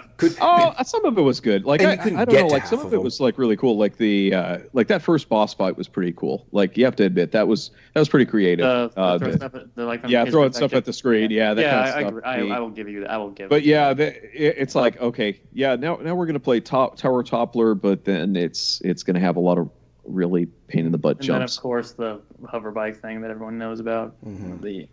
But that was nothing compared to like, okay, well you got the snake thing, you got the annoying surfing part. Yeah, so I mean like a lot of it was just like, but I think a lot of it was just because it's like, oh hey, this was made by people from Britain, so and they just like were obsessed with like the kind of BS death form of challenge in games. Like it was like a carryover from the PC games. So Luke and I are on the more or less of the opinion that Rare's never made a good game. So I like Viva Pinata. I never played that, but it's okay. I don't know. Yeah, the Battletoads. Yeah, I think a lot of it was just that I like the idea. Is GoldenEye not considered a good game now? I liked parts of it. It's not as amazing as people said. Perfect Dark's a better game than GoldenEye. I'm just still pissed that they made Oddjob like a midget for whatever reason. That's because he was freaking tall. He was a big ass dude, and then I'm guessing that he must have been Nick Nack. He would have had to have been Nick Nack at some point, and they just couldn't get Hervé Vallotez's likeness. So they're like, let's make this. Patience are short, right? I mean, you have to at least give him grab at the ghoulies, right? Anyway, moving on. That name. Yeah. Dying Light 2. I heard the first one was good. I never played it. I played it late in the year it came out. I finally got around to it, maybe a year after it came out. Not expecting much, and really enjoyed it. Like the movement in that game was fantastic, and when they started to announce 2, I'm like, okay, Dying Light 2, that sounds fun. But the more they talked about it, though, the more interested I got. Because, they got Chris Avalon to write for it. Yeah, that dude's written some shit. I was like, Dying Light 2, that's something I'd be interested in. I think he's technically the world creator or whatever, like world designer or whatever. He's creating the overarching shit. Putting him on board, that has definitely at least got this game on my radar of maybe I will actually buy and play this one. So yeah, he worked at Obsidian, and they do like their writing is where it's at. The game, their bugs notwithstanding, their writing was always the best part about Obsidian games. Whatchamacallit, Alpha Protocol. New Vegas. I mean, KOTOR 2. Yeah, Torment, Tides of Numenera. I mean, we're talking some of the games that probably have the best narratives out of. Yeah, just I want to see what he does with this, but anyway, okay. Dying Light 2 looks cool. Yeah. Yeah. Kingdom Hearts 3. Anyone? Yeah, No. it's finally happening. Maybe. January. It's coming out in January. I bet.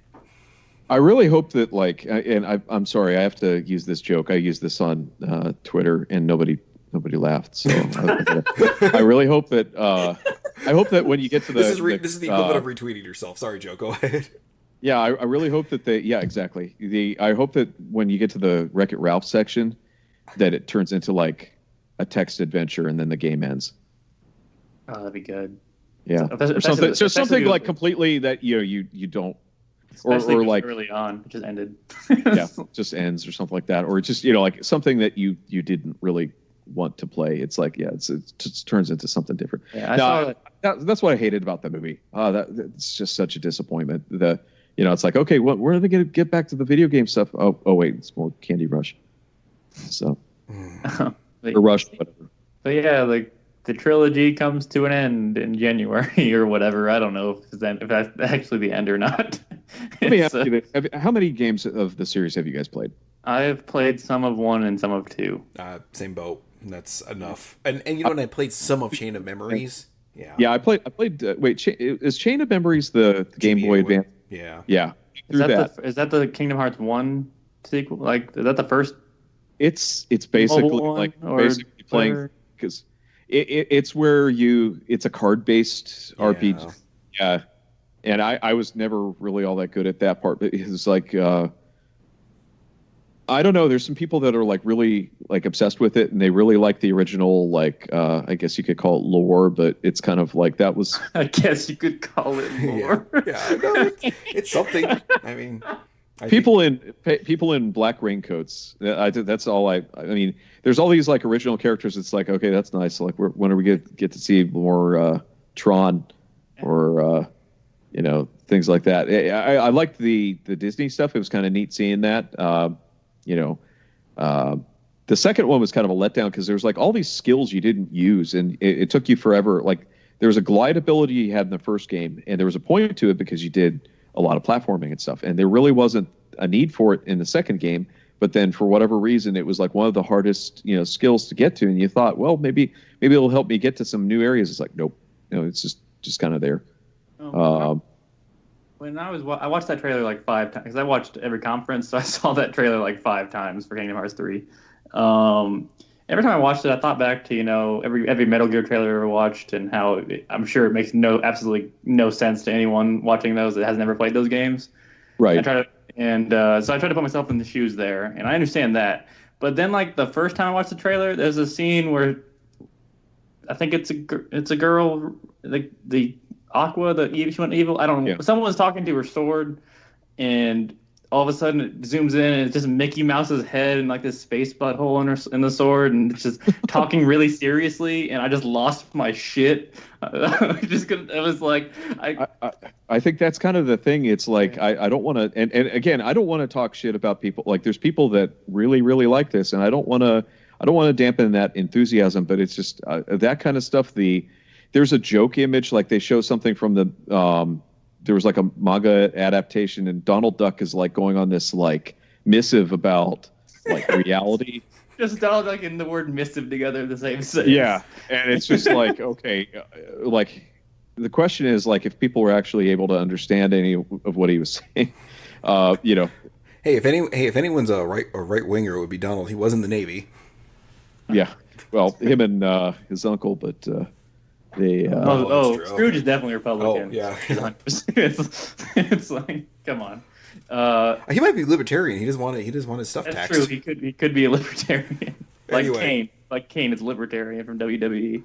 Oh gosh.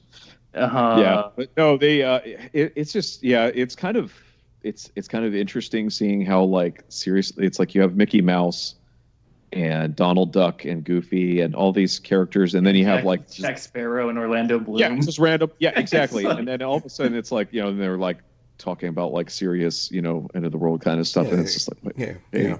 You're playing through that, and you're like, why is Legolas in this game? Oh, that's right. I forgot he did something else. Yeah, that's right. He was in those movies too.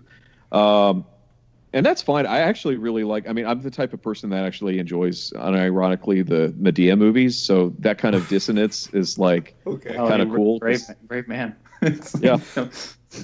We actually, my wife and me like watching those just because it's just how it goes from basically a minstrel show to, some like serious like rape drama. I mean, it's just like horrifying how like really dark. Medea took a turn. Yeah. I mean, yeah, and then it goes back to like, okay, she just made a prison rape joke. Okay, that's great. But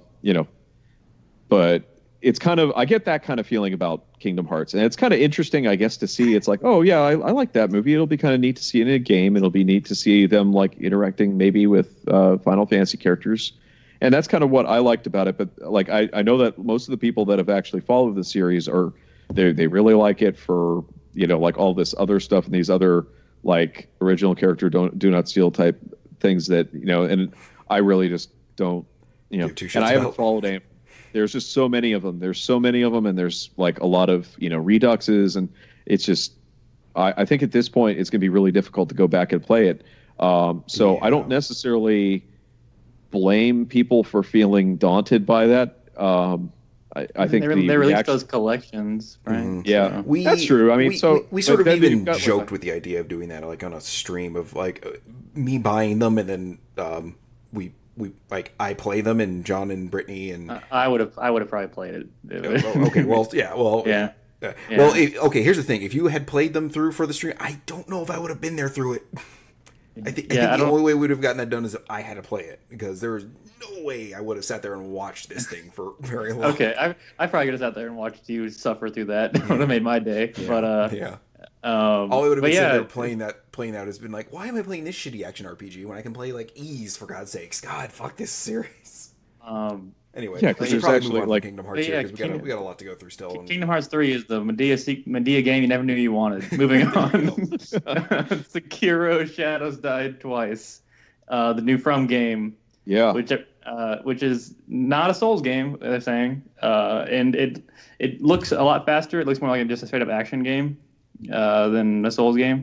So it looks like it's, and then the grappling hook makes me think of Tenchu. So when I was watching it, everyone thought it was Tenchu when they were first showing it before they actually said the name of it. Tenchu's everyone was like, dead. everyone was like, it's Tenchu. From owns Tenchu, right? Or Microsoft does, or Activision does. Well, Activision, so it'd be from an Activision. So I don't know why they wouldn't be able to do that. Because Activision owns it. So and then, it would have been funny if it was a Tenchu game, but they may have some, because they'll have references like in the Dark Souls games and stuff to Kingsfield. Yeah, exactly. Yeah. So I'm sure. I mean, I wouldn't be surprised if they had some stuff in there. I know a lot of people are unhappy about this one because it's not, an RPG. You're not going to do character specs, but that's a major bonus to me, because that was the part I didn't like about, is basically, whenever I have to spec a character in a WRPG or a CRPG or whatever, I always just do it wrong, and unless I'm following a guide, and I've just never had that ability to do that correctly. I appreciate it, because I feel like Bloodborne kind of tried to reach a median on it, and I didn't enjoy that. I like Dark Souls more than Bloodborne, and because I feel like they went in a different direction, but not far enough. So it felt like a lesser version of those games. But yeah, this seems like they're going way closer to action, so that could be better. I'll probably play it. So it looked cool. It looked like a From game too. Like it's definitely that engine. So a lot of wet bodies. Weirdly wet bodies. From Software does own Tenchu now. They bought it back from Activision. So. Oh, okay. Yeah, I'm sure. There curious. Probably will be references. Because I remember Tenchu Z was published by Microsoft, and that's why I was like, who fucking owns that series anymore? Yeah. Yeah, they'll probably get to poison people with rice in that game at some point. Yeah. It'd be cool if, like, what is it? Oh god, what was it? There's Ayame and Rikimaru? Is that? Yeah, I think it's the dude. Yep. Rikimaru, yeah. Be nice if they made an appearance or something, some sort of nod to them. It's like, come on, guys. Anyway. Teshu, who is basically a ripoff of a character from. There was a series called Hisatsu where it was this like really super long series about people that like killed people, but he was the guy that had the needles, like he's would use the acupuncture needles to that's right, kill people. Yeah. But that weapon's always fucked up to me when people use that. It's like, and but also cool. I think they jumped the shark when they added the ninja dog in, but whatever. Yeah, I'm interested in playing this. I like the the Eastern Dark Souls thing. I still haven't played Neo. I really want to play that because I played the beta for Neo. Yeah, same here. Play it because I really like Shogun, and it's basically dealing with you're playing as Blackthorn, but or the real life one, Will Adams. So I know a lot of people like that. I have not really had any desire to play Neo. But I know Luke really liked Neo, from what I remember. To give it a try, Anyway, Shadow of the Tomb Raider, the third in the final part of the trilogy, final part of Laura's origin trilogy. I have not played Rise. I've heard a lot of good things about it. I liked the first one. I know Jason didn't, so I probably would like Rise if he did too. I'll play it eventually. It's Did she get stabbed as much in Rise as she did? No. Because she was just like, okay, how is she still alive? She would totally be. She'd have had sepsis. It's like, she had a bad time in the first one. She had that. It was just nonstop her getting hurt by stuff. Injured, I know people like just drool all over the story of that game for some ungodly reason. And to me, I gave up. I thought the story was fun. It felt like I said, it felt like one of my kids telling me a story. And then this happened, and then this, and then this. I'm like, Jesus, take a breath, for fuck's sakes. Let me digest something. It's doing the Uncharted thing. So it's like set piece, set piece, set piece. Oh, I don't know. Uncharted gives you some pauses, at least a little bit of a respite occasionally. It just felt like Tomb Raider just was like, and this, and then this, and then I got attacked by a wolf, and then I fell down a cliff, and then this happened, and then this. I'm like, Jesus.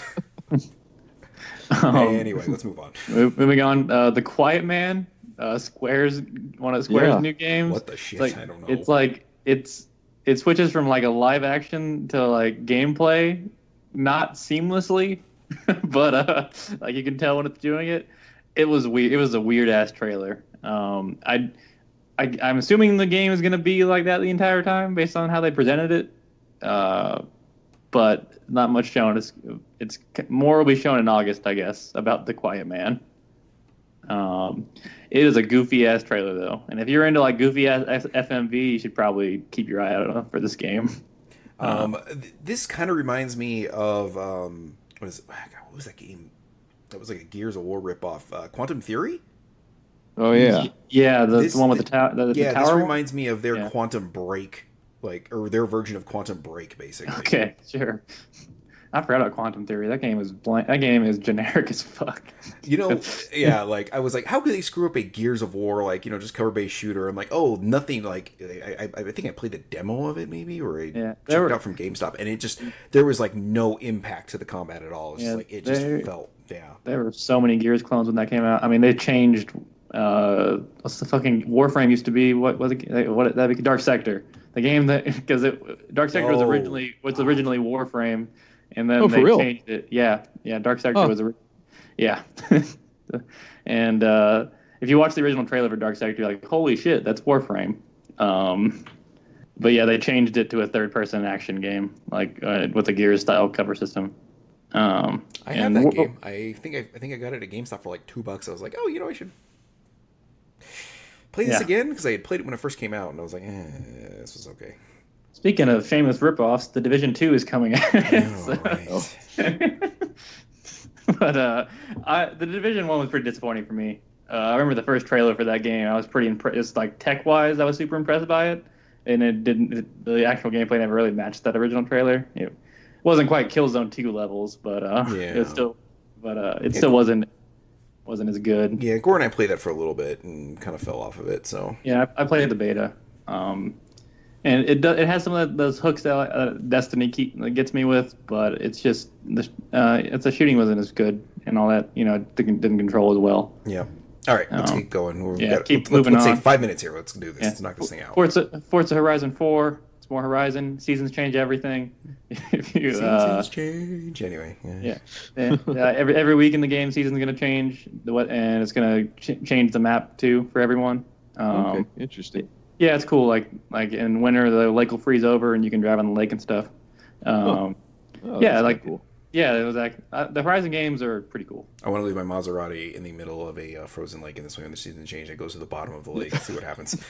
Yeah, you can go your own way, Jason. It's freedom of choice. Are we really like? I just did that season change song, and now you're gonna make me do the what is it? Who's sang that song? You can go your own way. Go your own Fleetwood way. Mac. Fleetwood Mac. There we go. I was gonna say, let's not make me break out my singing voice 3 times in one episode. Let's not make that happen. Devil May Cry 5. I wish it was DMC2, but I'll take a new Devil May Cry anyway. It's basically DMC2 based on the tone they're going with in the game anyway. So I hope it's good. I love this series, and I haven't gotten a new one in 5 years. It'll be 6 when it comes out. So Metro Exodus. That game looks really good still because all those games look really good. I thought it was going to be full open world, but it seems to be more hub based, with you using a train to get from hub to hub. I think it's probably for the best based on. I agree. I'm more interested in now knowing that than I was before. Yeah. Jump Force anime showdown, Shonen Jump anime game. I love real world set. They're kind of like the realistic world, like real world settings, though. Yeah. For the I don't know. It's kind of it probably won't play well. So it's like those games never play well. As much as I'd like to, I don't think that it's going to work out. I love Shonen. I'm not ashamed. I forget the name of it. The one on PS3. Well, there's that one with like all the different. It was I can't remember. It got released over here. The one that wasn't the DS one, but I got it because of the JoJo stuff. But it was just kind of like, it wasn't great. But, so DBZ, One Piece, Death Note, and something else. Naruto, I think. Naruto, yeah. And I like all those. I like all those properties, but that game's not going to be good. I'm not going to get my hopes up. I'm sorry. Anthem. It's another Destiny style game from BioWare. I was not impressed by the trailer.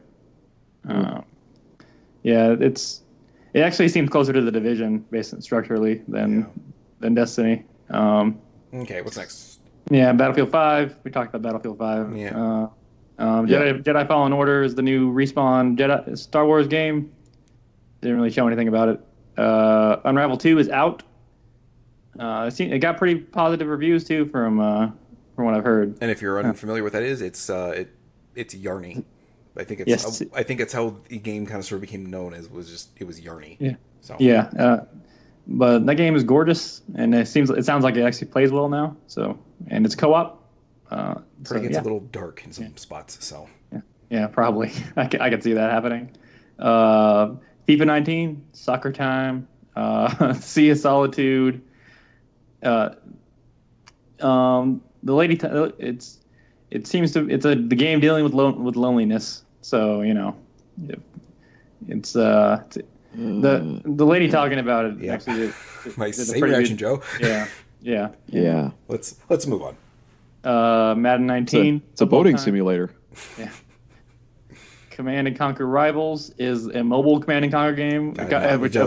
Move on before I get angry. Come on. It upset a lot of people as soon as they started showing it. NBA Live 19, Basketball Time. Just Dance 2019, Dance Time. Awesome Adventures of Captain Spirit, which I played. I didn't talk about it today, but Jason might play it next week. I enjoyed it at least. If you like Life is Strange, you should play it. I don't see how anyone that likes those games wouldn't like it. Yeah. And it's free, and it's a prequel to Life is Strange 2, so it takes like 2 hours, so it's worth checking out. Babylon's Fall is that Square?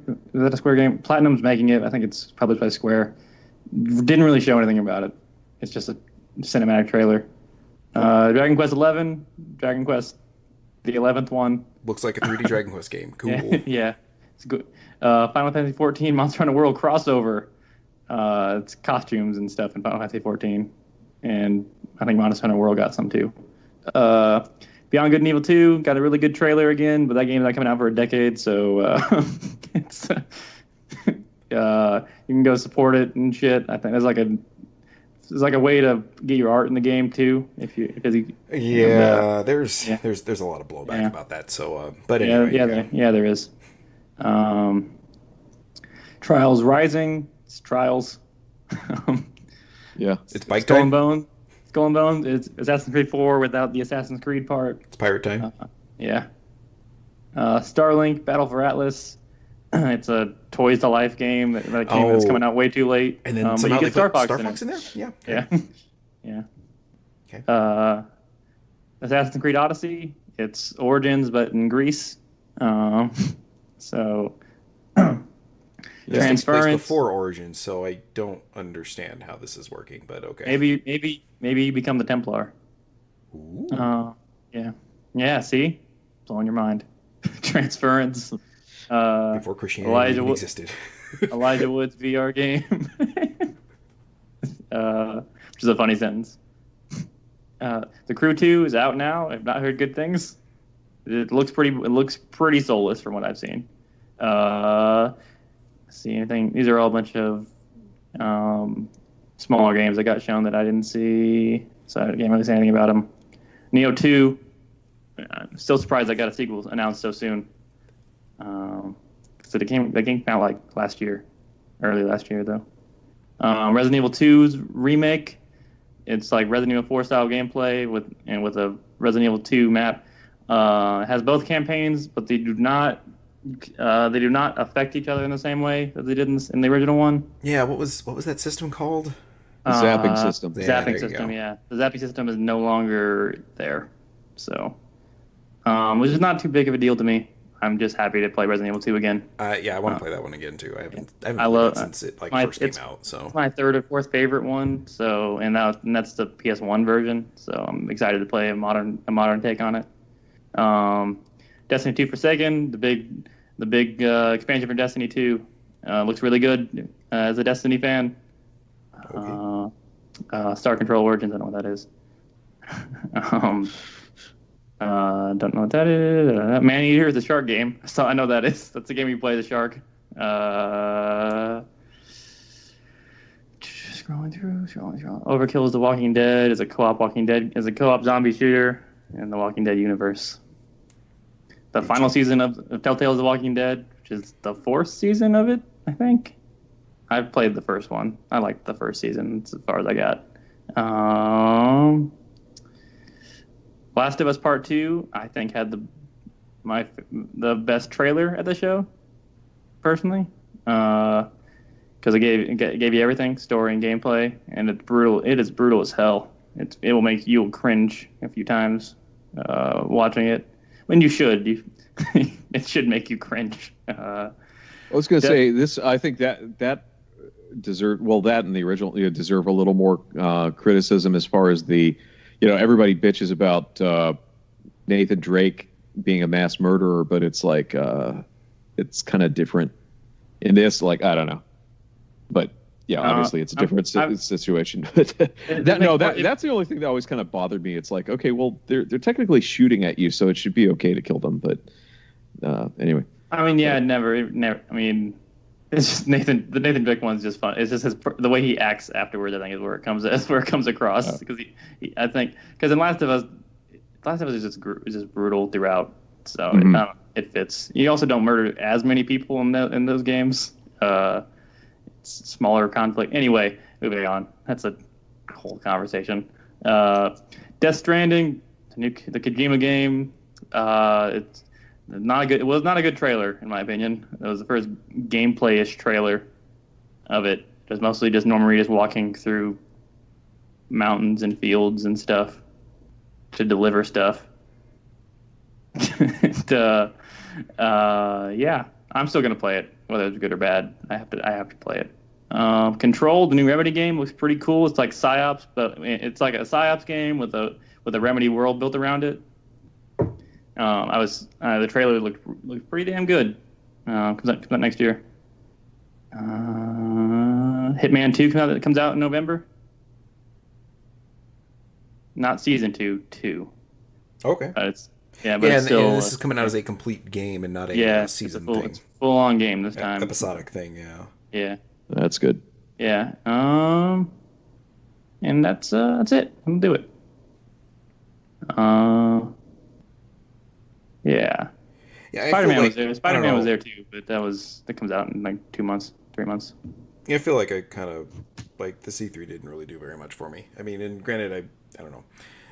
For me, I was on vacation while it was happening, and I just caught a few things here and there. Like I would like flip through Twitter while I was like going to sleep, and that's where I saw a couple games that we talked about, and I was like, oh, cool. And I saw a few things that we talked about too, and I was like, whatever, I don't care.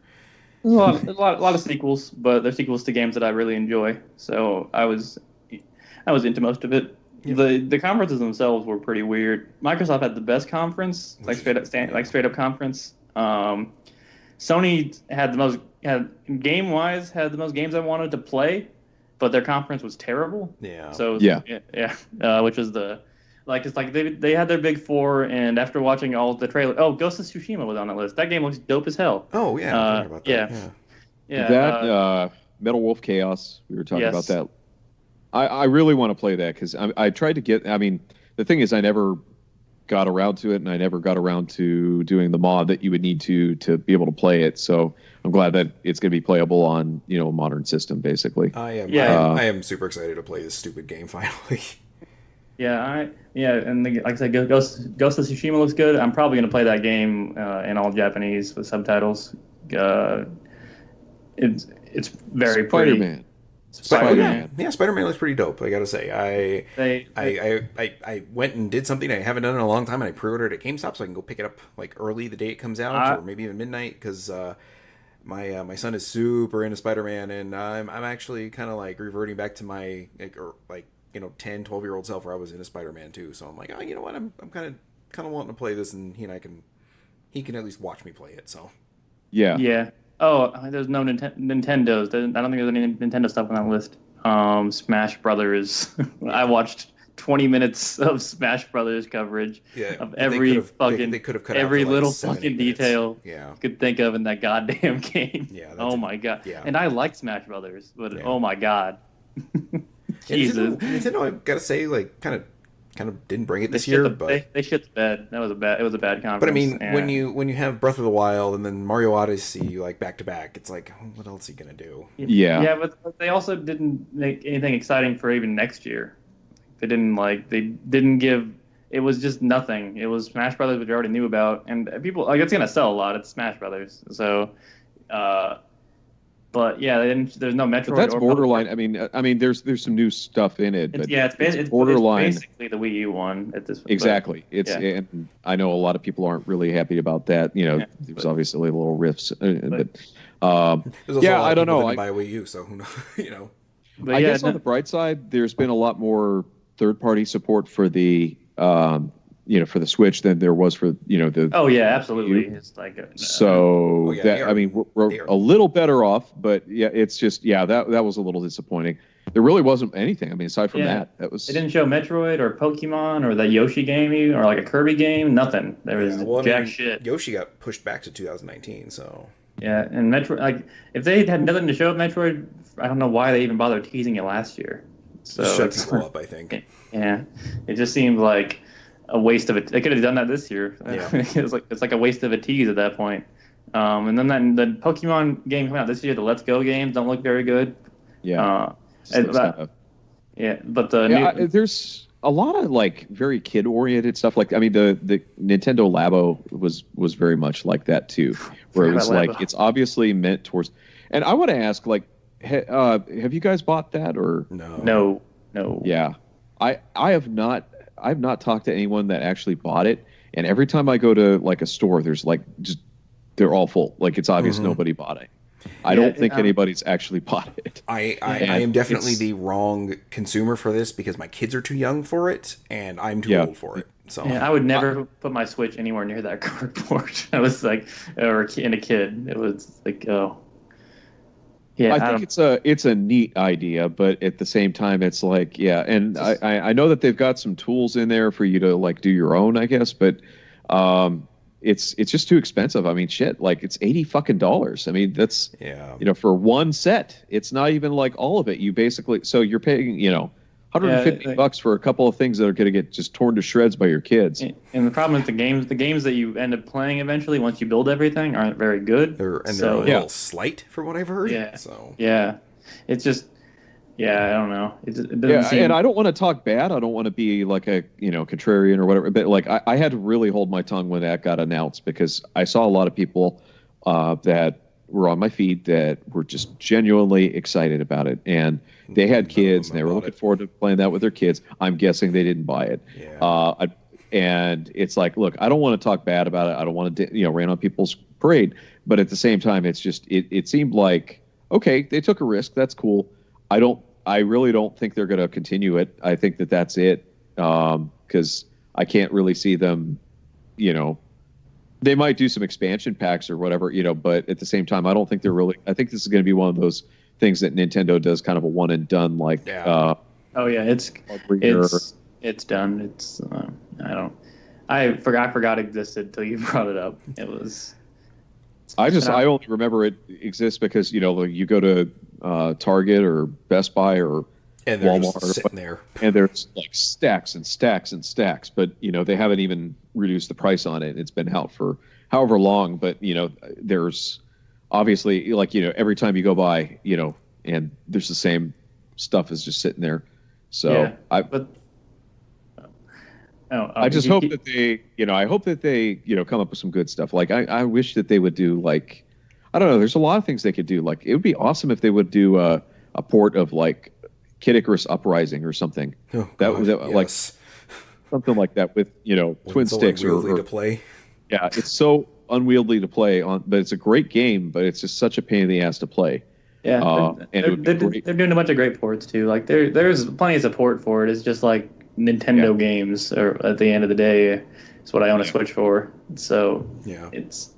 Let's not forget we got like a month till Captain Toad comes out, so or not even that, like 3 weeks. That's true. Their World Ends with You's coming out again. I might pick that up for the Switch. I like that game. I'm gonna pass on that one. But yeah, conference-wise, like I said, Microsoft did the best. Sony's at PS3 levels up their own asset right now. In terms, they're just lucky that they're soft. I could almost see when this generation shift happens in a couple of years that Microsoft comes up again. Yeah, they're just lucky that their first-party software is on point still. I think Sony's been very like, I don't know, and that's the other thing. Like, I don't really have a lot of interest in a lot of. I did finally buy an Xbox One, but it's like I don't have a lot of interest in like the Gears games or the Halo games. I still don't have an Xbox, and I want a reason to buy one because I like Phil Spencer. I like him quite a bit, actually, after hearing him talk in multiple situations. But none of the first-party stuff does it for me at this point. It's just... Well, and then it's also kind of scary about, Crackdown 3 is questionable whether that's even going to come out at this point. Yeah, I wouldn't be too surprised if that just ends up dying on the vine there. So. And then Halo, they announced it, but they didn't say what it was. But it's still just Halo at this point. But they did. I agree with you. They had the strongest. They came out the gate, and they had a lot of like multi-platform stuff that they made the announcement first, and I think that took away from Sony's. But Sony kind of had their heads up their asses. It sounded like, and that's one thing I kind of feel. I prefer like. If I have the choice of playing between different systems, I'm going to play it on the PS4. I do like playing Sony. I just like the controllers. I'm more used to that. But Sony has a lot of disrespect for their customer base, and they've been kind of getting more and more open about that. And it's kind of like they just. Yeah, they went from the joke of how to share games on PS4 from when they shat all over Xbox that one year because Xbox and they're becoming Apple and the walled garden thing. Yeah, it's just like their press conference was they picked the 4 games and they're good choices. They picked the 4 right games for that pretty much. I mean, even Death Stranding, however you feel about it, that's Kojima's game, so it's a big deal. And so. They've got the There's the a way reason to play it, but they presented it in a way that was just like they moved the journalists from room to room, and each room was like decorated in the style of the game they're about to show. And like for each game, they had one guy came out and do play a song on a banjo, and then before Ghost of Tsushima, a guy played a pan flute solo thing, and it was. That was actually that dude's like a grandmaster. That's the funny thing. I was like, oh, what the fuck is this? Like, this is ridiculous. And then I've read up, and it's like, oh wait, this guy is supposedly legit. Well, that's kind of interesting. But they didn't say that. They didn't say anything, right? And then of course, some lady was like, oh, this is cultural appropriation. And then it's like, well, actually, this guy's like regarded as like a master. By Japanese people, but then it's like, they didn't say that, so it opened it up. It would have been really cool if, like, hey, here is such and such who is a grandmaster of this instrument. Yeah, but I do love the I do love some of the people like cultural appropriation calling it an Asian flute. Oh yeah, it's like okay, so you're not even gonna bother to like figure out what the name of the thing is, but you're gonna that's cool. You're just looking for something. The bottom line is it was kind of like it seemed very kind of pretentious, like all of their different. It was incredibly pretentious, and it was and it was pretentious last year too when they did their press conference. So it's just they know they're winning, and they're just like they're flaunting it right now. Yeah, they're just doing that thing of like they're at the 15-yard line, and they're running with their arms extended with the ball in one hand, and I am waiting for Microsoft or Nintendo to come slap the ball out of their hands at the last second. Yeah. But they do have the first party. They like unlock Microsoft cannot touch their first party lineup. No. And I mean Nintendo can in a way, but they didn't even show they've shown their shit. They did last year, and they nailed it with both of them. But it's just hard. Part of me doesn't want to give them, but like those games were really fucking good. So it's like I don't. Yeah. Like I understand. And see, like I said, for me, Microsoft or the Xbox is my main console because it's also backwards compatible. Yeah, that's It's been a big thing for me. It's been like, oh, cool. So if I want to get my, if I want to play some Xbox games or original Xbox or 360 games, like I can play them. Some of my old XBLA games, I can still play them. The PS4 is just like it's its own thing now, and it's just like, okay, well, that's kind of I don't know. It's just like I said, I like Phil Spencer. I've watched his Giant Bomb interviews every year for like the past few years, and he just seems like a very down to earth guy, and he just he is a good face for that company. I just wish that they had first party, and they actually did. They got like 4 new companies they bought 4 I think they're in the process of rebuilding, and that's why I think Sony needs to really be careful, because I think Microsoft sees kind of right on the wall. They got Ninja Theory. He's one of my favorite publishers. I love Ninja Theory. I've liked a lot of their games. They got Undead Labs, which I'm surprised they didn't have them already, honestly. That's sold more than 2 million already. Yeah. So they bought Horizon's company with Playground, I believe, who's also working on a Fable game, which they haven't announced, but they're totally working on a Fable game. And someone else, I forget. I think they announced 4 or 5. So yeah, they had a great press conference. It's just when you look at that list of games, it's like none of these are a reason for me to buy an Xbox, which is the problem still. So yeah. Anyway, we need to wrap this thing up here. So okay, so this has been episode 98. We are coming up on 99, which means we're coming up on 100. Next, I kind of jokingly said it, but I don't know, guys. Maybe we should do Who Framed Roger Rabbit. I kind of do want to go back and watch that now. I'll do it. Movie or the game? Games. Games. Well. I'm more in the movie camp. I don't know if I want to play those games. That's an LJN game, man. I don't know if I could play that. Well, there's that, but there's actually a really good Capcom one, and then I do love Capcom. The Game Boy one. Yeah, there was on the Game Boy, and then you had the Crazy Castle games were originally Roger Rabbit. Oh, that's right. And it was just the license thing, right? Yeah, but or one of them at least was, but yeah, one of those things. There is a weird history of those Crazy Castle games, because it's Bugs Bunny out here. I think it's like that's how Kemco was. Like, I don't know what the deal is with Kemco, because it was like that. One of them was, and there was actually a Crazy Castle game that got released as a real Ghostbusters game. by Activision. Weird. Okay. And then, but Kemco did that with some other stuff too. There was in Japan, it was a Donald Duck game, and then it was released as like Snoopy's something Olympics or whatever over Snoopy here. Silly Sports. Yeah, Super Silly Sports. That was a Donald Duck game in Japan. What? Oh, okay. That's all right. Wow, it's weird. That's a strange one. So, okay, Joe, you down for talking about the movie? Yeah, I'm all for that. Yeah. Okay. Let's say next episode we're going to talk about Roger Rabbit, and this will give us some buying time to figure out what the hell we're going to do for episode 100, because I don't want to just do a normal episode and be like, hey, that was 100 episodes, and here's what we've been playing this week. It'll be my 50th episode, I think. Yeah, of the regular show. Yeah. So okay, so that'll wrap that up. Real quick, you can follow us on Twitter at Games and Junk and blah blah blah blah blah. Go to the site for all the social media links. You can follow me on Twitter at Jason Arriola. You can follow John at John Lucero 777, and you can follow Joe at JoeStar Son. Correct? Yeah. Yeah, I'm getting good at this. Look, it's been like a month I haven't done this, and I am still hot fire with this shit. Right? That's what the kids say, right? Anyway, that's been 98 episodes of this thing.